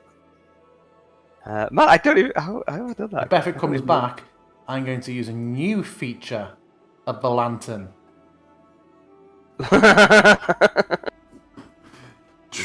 Later, Chris.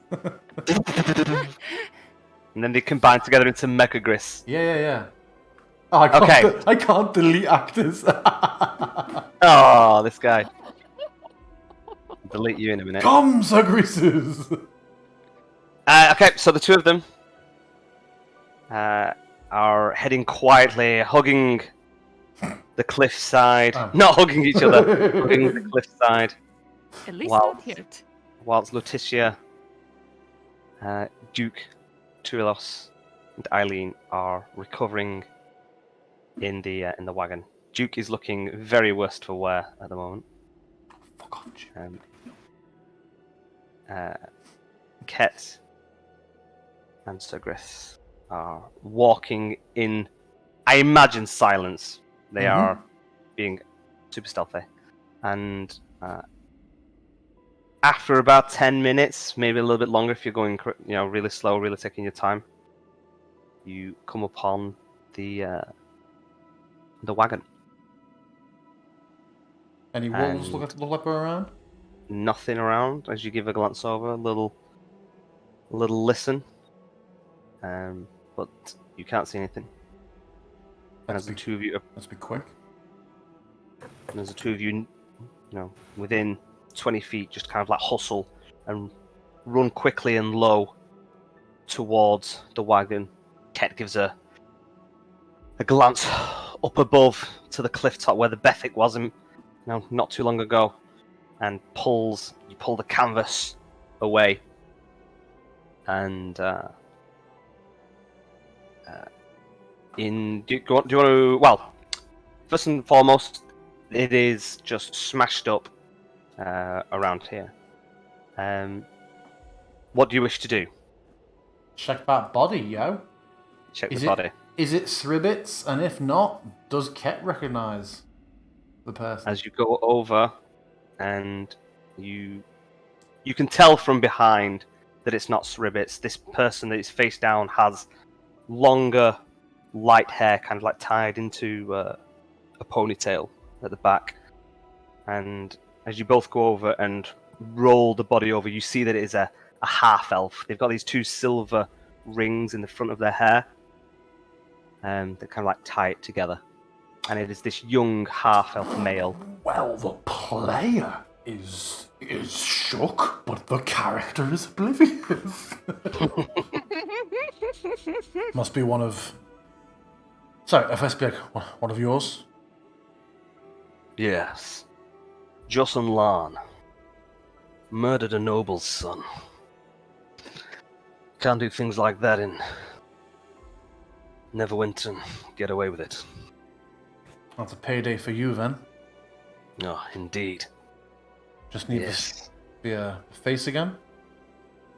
Oh, yes. And he kind of like, you see, he takes a little bit more relishment out of this one.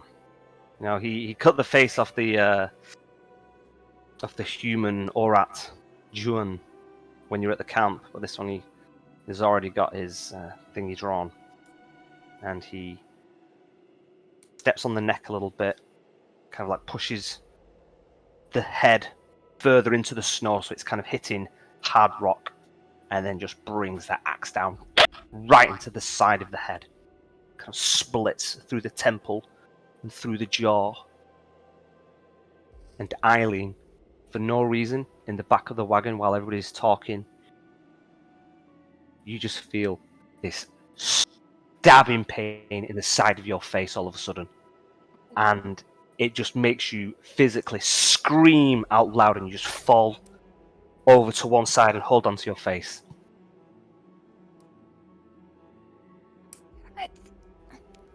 What's happening?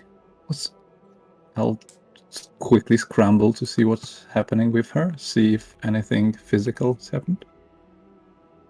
You've just got this splitting pain in your face, Eileen.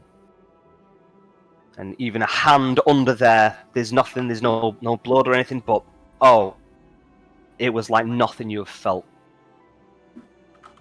And Ket pulls the axe away, and another cut down splits through bone, through brain, through gore, straight into this young half-elf's face. Eileen, you are just screaming in the back of the wagon. And one more. Ket is through it. And you see he's kind of positioned the head slightly. He's kind of cut the face at a bit of an angle, so it takes it into the head. So it keeps one of these half-elf, slightly pointed ears, just for a little bit more confirmation of who it was. It's got part of the hairline in where one of these silver rings is still kind of attached to the scalp. And again, he kneels down, puts the snow into the front of this skull, washes the blood and gore out, and just kind of like smiles at you. Says, "Easy payday. Some paydays are more fun than others." You had a personal interest in this one. So you know, a bit more relish to the other. No, but yeah. This one just had it coming. How so? While I'm talking to him, I imagine the contents of this place have just been absolutely fucking like rock tumbling. You want to roll an investigation? Yeah, just looking check? around, see if anything sticks out as being interessant as we're talking. Of course, it fucking isn't. You found lots of broken wood. Lots of broken wood. There's ration packs scattered around in some of the snow, but nothing of major value that you can see. I'm gonna open just two of the ration packs I find. I'm just gonna open and leave them there. Just hoping if there are any animals out around foraging, they might pick at these instead of following us. Oh, there's a fucking body now bleeding out. Yeah. Never mind. I'll pocket. Do I want the body or the berries? I'll pocket a couple of them. Okay. I'll give you 3 ration packs. Okay. To add to your inventory. Yeah. So, how do you have it coming?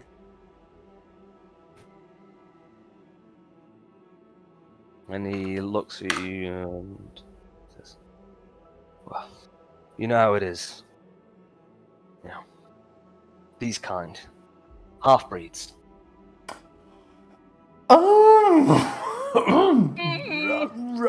Right.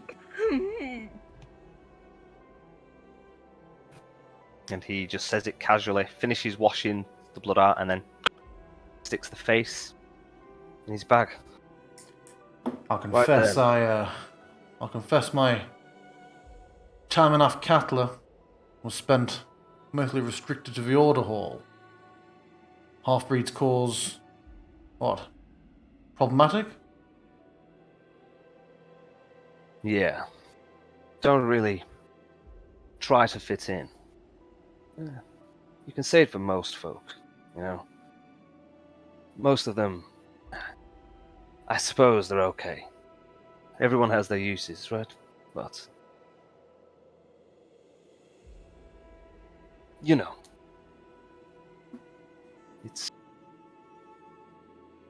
it's difficult for us, you know, folks like you and me, and he kind of like pats you on the chest.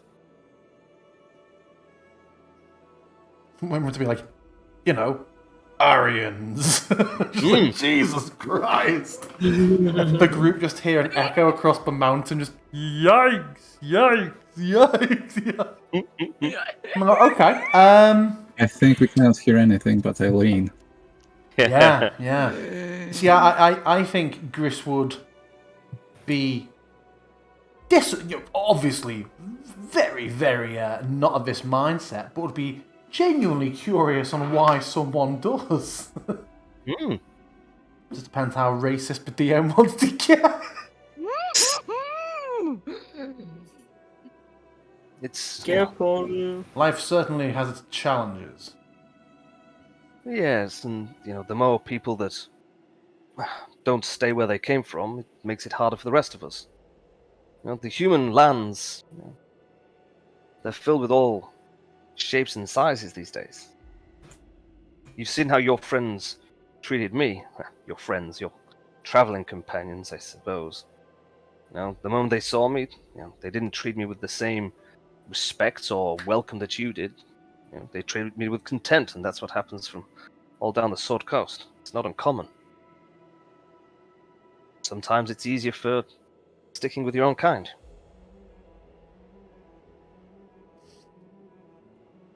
I've seen the way that Letitia gets to your ire. She's not from anywhere near these parts. She doesn't seem to really try to fit in with our culture and the way we do things. Tirelios tries, but he's about as reserved as and removed as anybody can be from wherever he's from. Seems okay, hand in a fight, no doubt, but not one of us.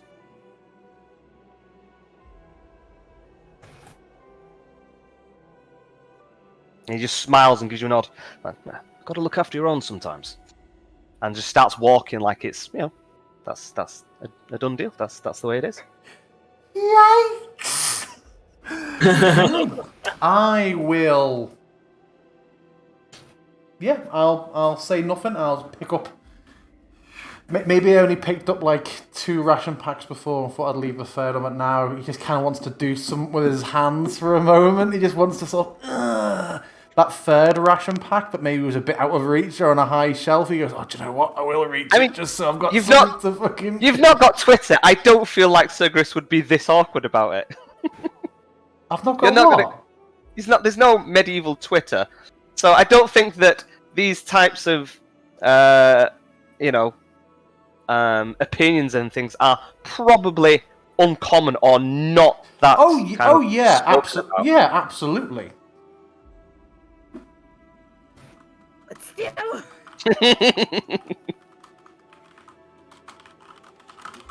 Are you coming? Of course. Let's stick together. Exactly. We should. He kind of gives you a pat on the shoulder. And he smiles like you and him are kindred spirits after everything he's just said. Oh, yeah, I just accidentally joined the KKK. Yeah, so he kind of like gives you a nod and fingers to the lips, and that is the conversation done as you start going into stealth mode. And now Sir Gris has to find an awkward way to bring you up, like No, I'm not one of you. No. This is what I told you used to happen with the rocker bar, because I used to be out in like boots and army pants and a wife beater, and like the gang of skinheads kept inviting me to sit and drink with them. And it's like, oh, no. You know how to pick 'em, Sir Chris. So, you start heading back towards the wagon with much thought going on. Eileen, the pain subdues, but it has given you a ringing headache. After about 20 minutes, half an hour at most. Well, So but Chris, before then, I'm going to turn to the others Mm. and say, I think that's something wrong here. Help me take Yeah, this off. I thought we were coming back to that because I was meaning Sure. to turn to Letitia, like when she was first screaming, like, can you do anything to help? Do you have any power in you? I'm exhausted. I wish I could help more. I think we did what we could. Don't worry, I still have some juice. I mean, he'd Tell be. me what's wrong. I can't see my face. are you taking your mask off? Yes. Wow. What do we see? What do we see? You see a face. Incredible. How old does Eileen look? Well, in her 60s. In her 60s. A youthful 60? Or an older 60? Or Luke 60 and you just can't tell?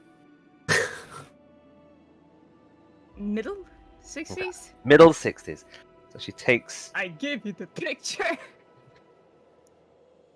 You gave me a picture? Have you given me a picture of her with no mask on? Did you choose somebody? Yes. When? Let me quickly find The it. last image that I sent you. Oh, I don't remember. One second. Did you draw it? Wow, did you find Yes. one? Oh! Nice. One second.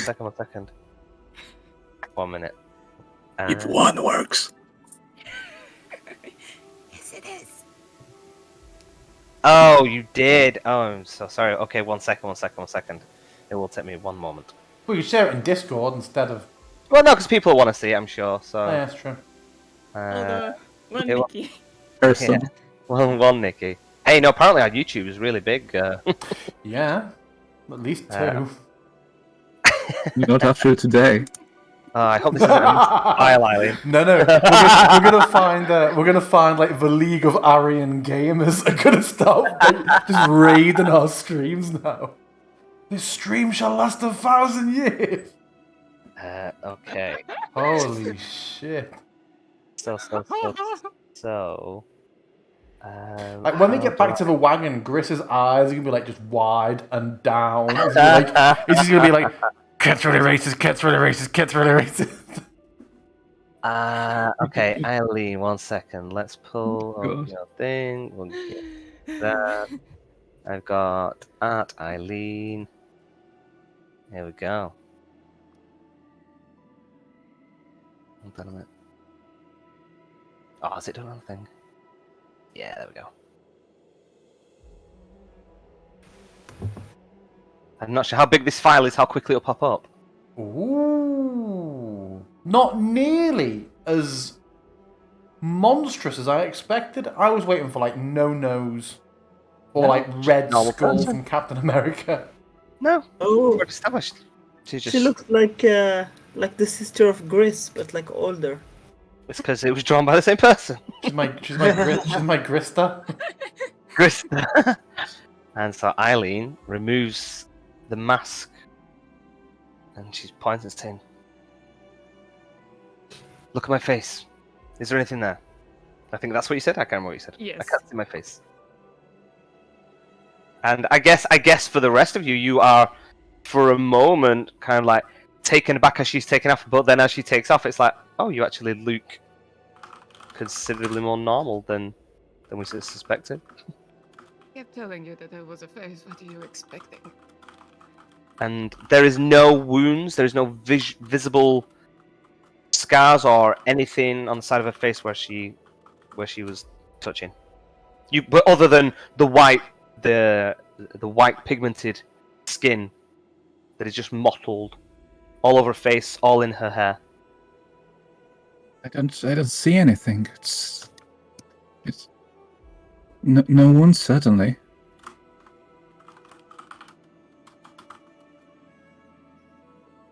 Nothing I would know how to counteract.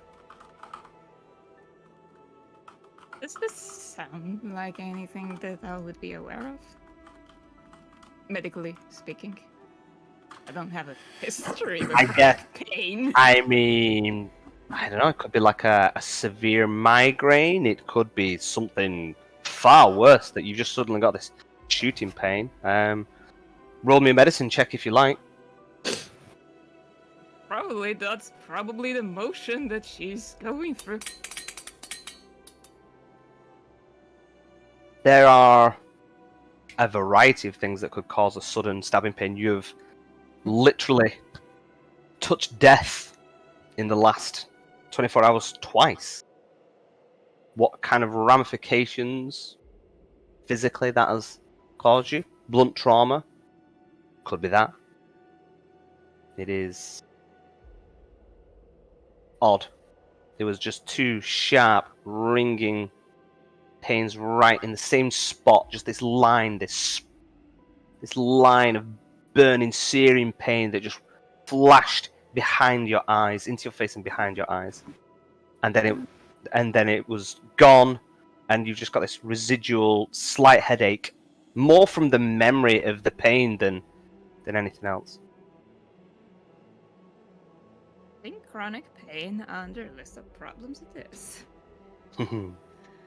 As I'm going to gingerly put the mask off, being careful not to put much pressure on where all the pain was coming from.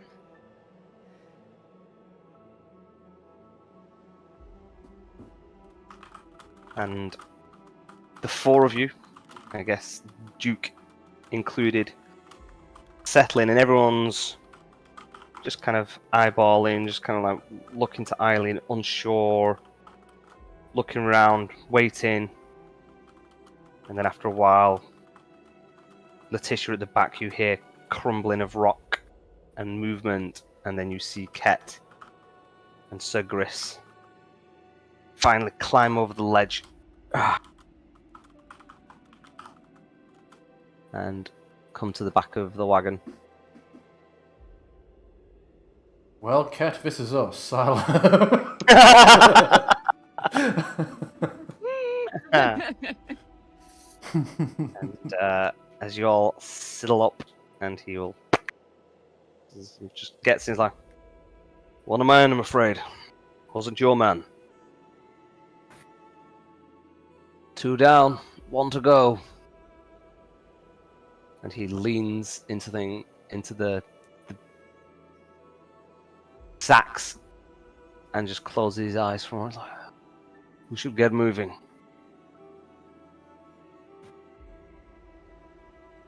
Arch is right. Can we move? Sure, the Duke. wagon is intact. Aye, if you're ready, then we can move. And you, in the back here, less so, Trillis, because you are resistant to cold, but you guys are feeling the wind cutting through this shredded canopy now. It is not going to be the warmest sleep in the back of here this evening. And the wagon continues forth down the road. And you travel for some time, and I'm going to say it now so that we don't forget. If you wish to take a short rest and regain stuff, then let us do it now so we don't forget. Level. Short rest, yeah? Short rest. Shorty. Yeah, I think you've not been travelling long enough to take another long rest. Nice hit die. How many hit dice do you guys have? 4. Oh, we're level 4. That would make sense, of course. Fucking like I've never played this fucking game before. Normal. DM, I really gotta go. Yeah, Yeah, no, 10 off 10, he said. And then he just froze the bloody Nuremberg guy at us. Okay. Good rolls from Duke there. Wow. 7, 7, and an 8. Okay, guys. That is where we will end it for this week. Yay! Good job. Eyebrows all. maximally raised. Good. I'm glad. Oh, yes. Lovely. Let's say goodnight to Nikki now and our YouTube viewers later on. Good night, Nikki. Happy birthday. Happy birthday, Nikki. Happy. Happy Nikki So, birthday. Take care of each other. And remember, is it Nikki's birthday yet? Bye all. Nikki says, "Oh guys, that was awesome. Genuinely great roleplay, great music. I love you all, except Ket."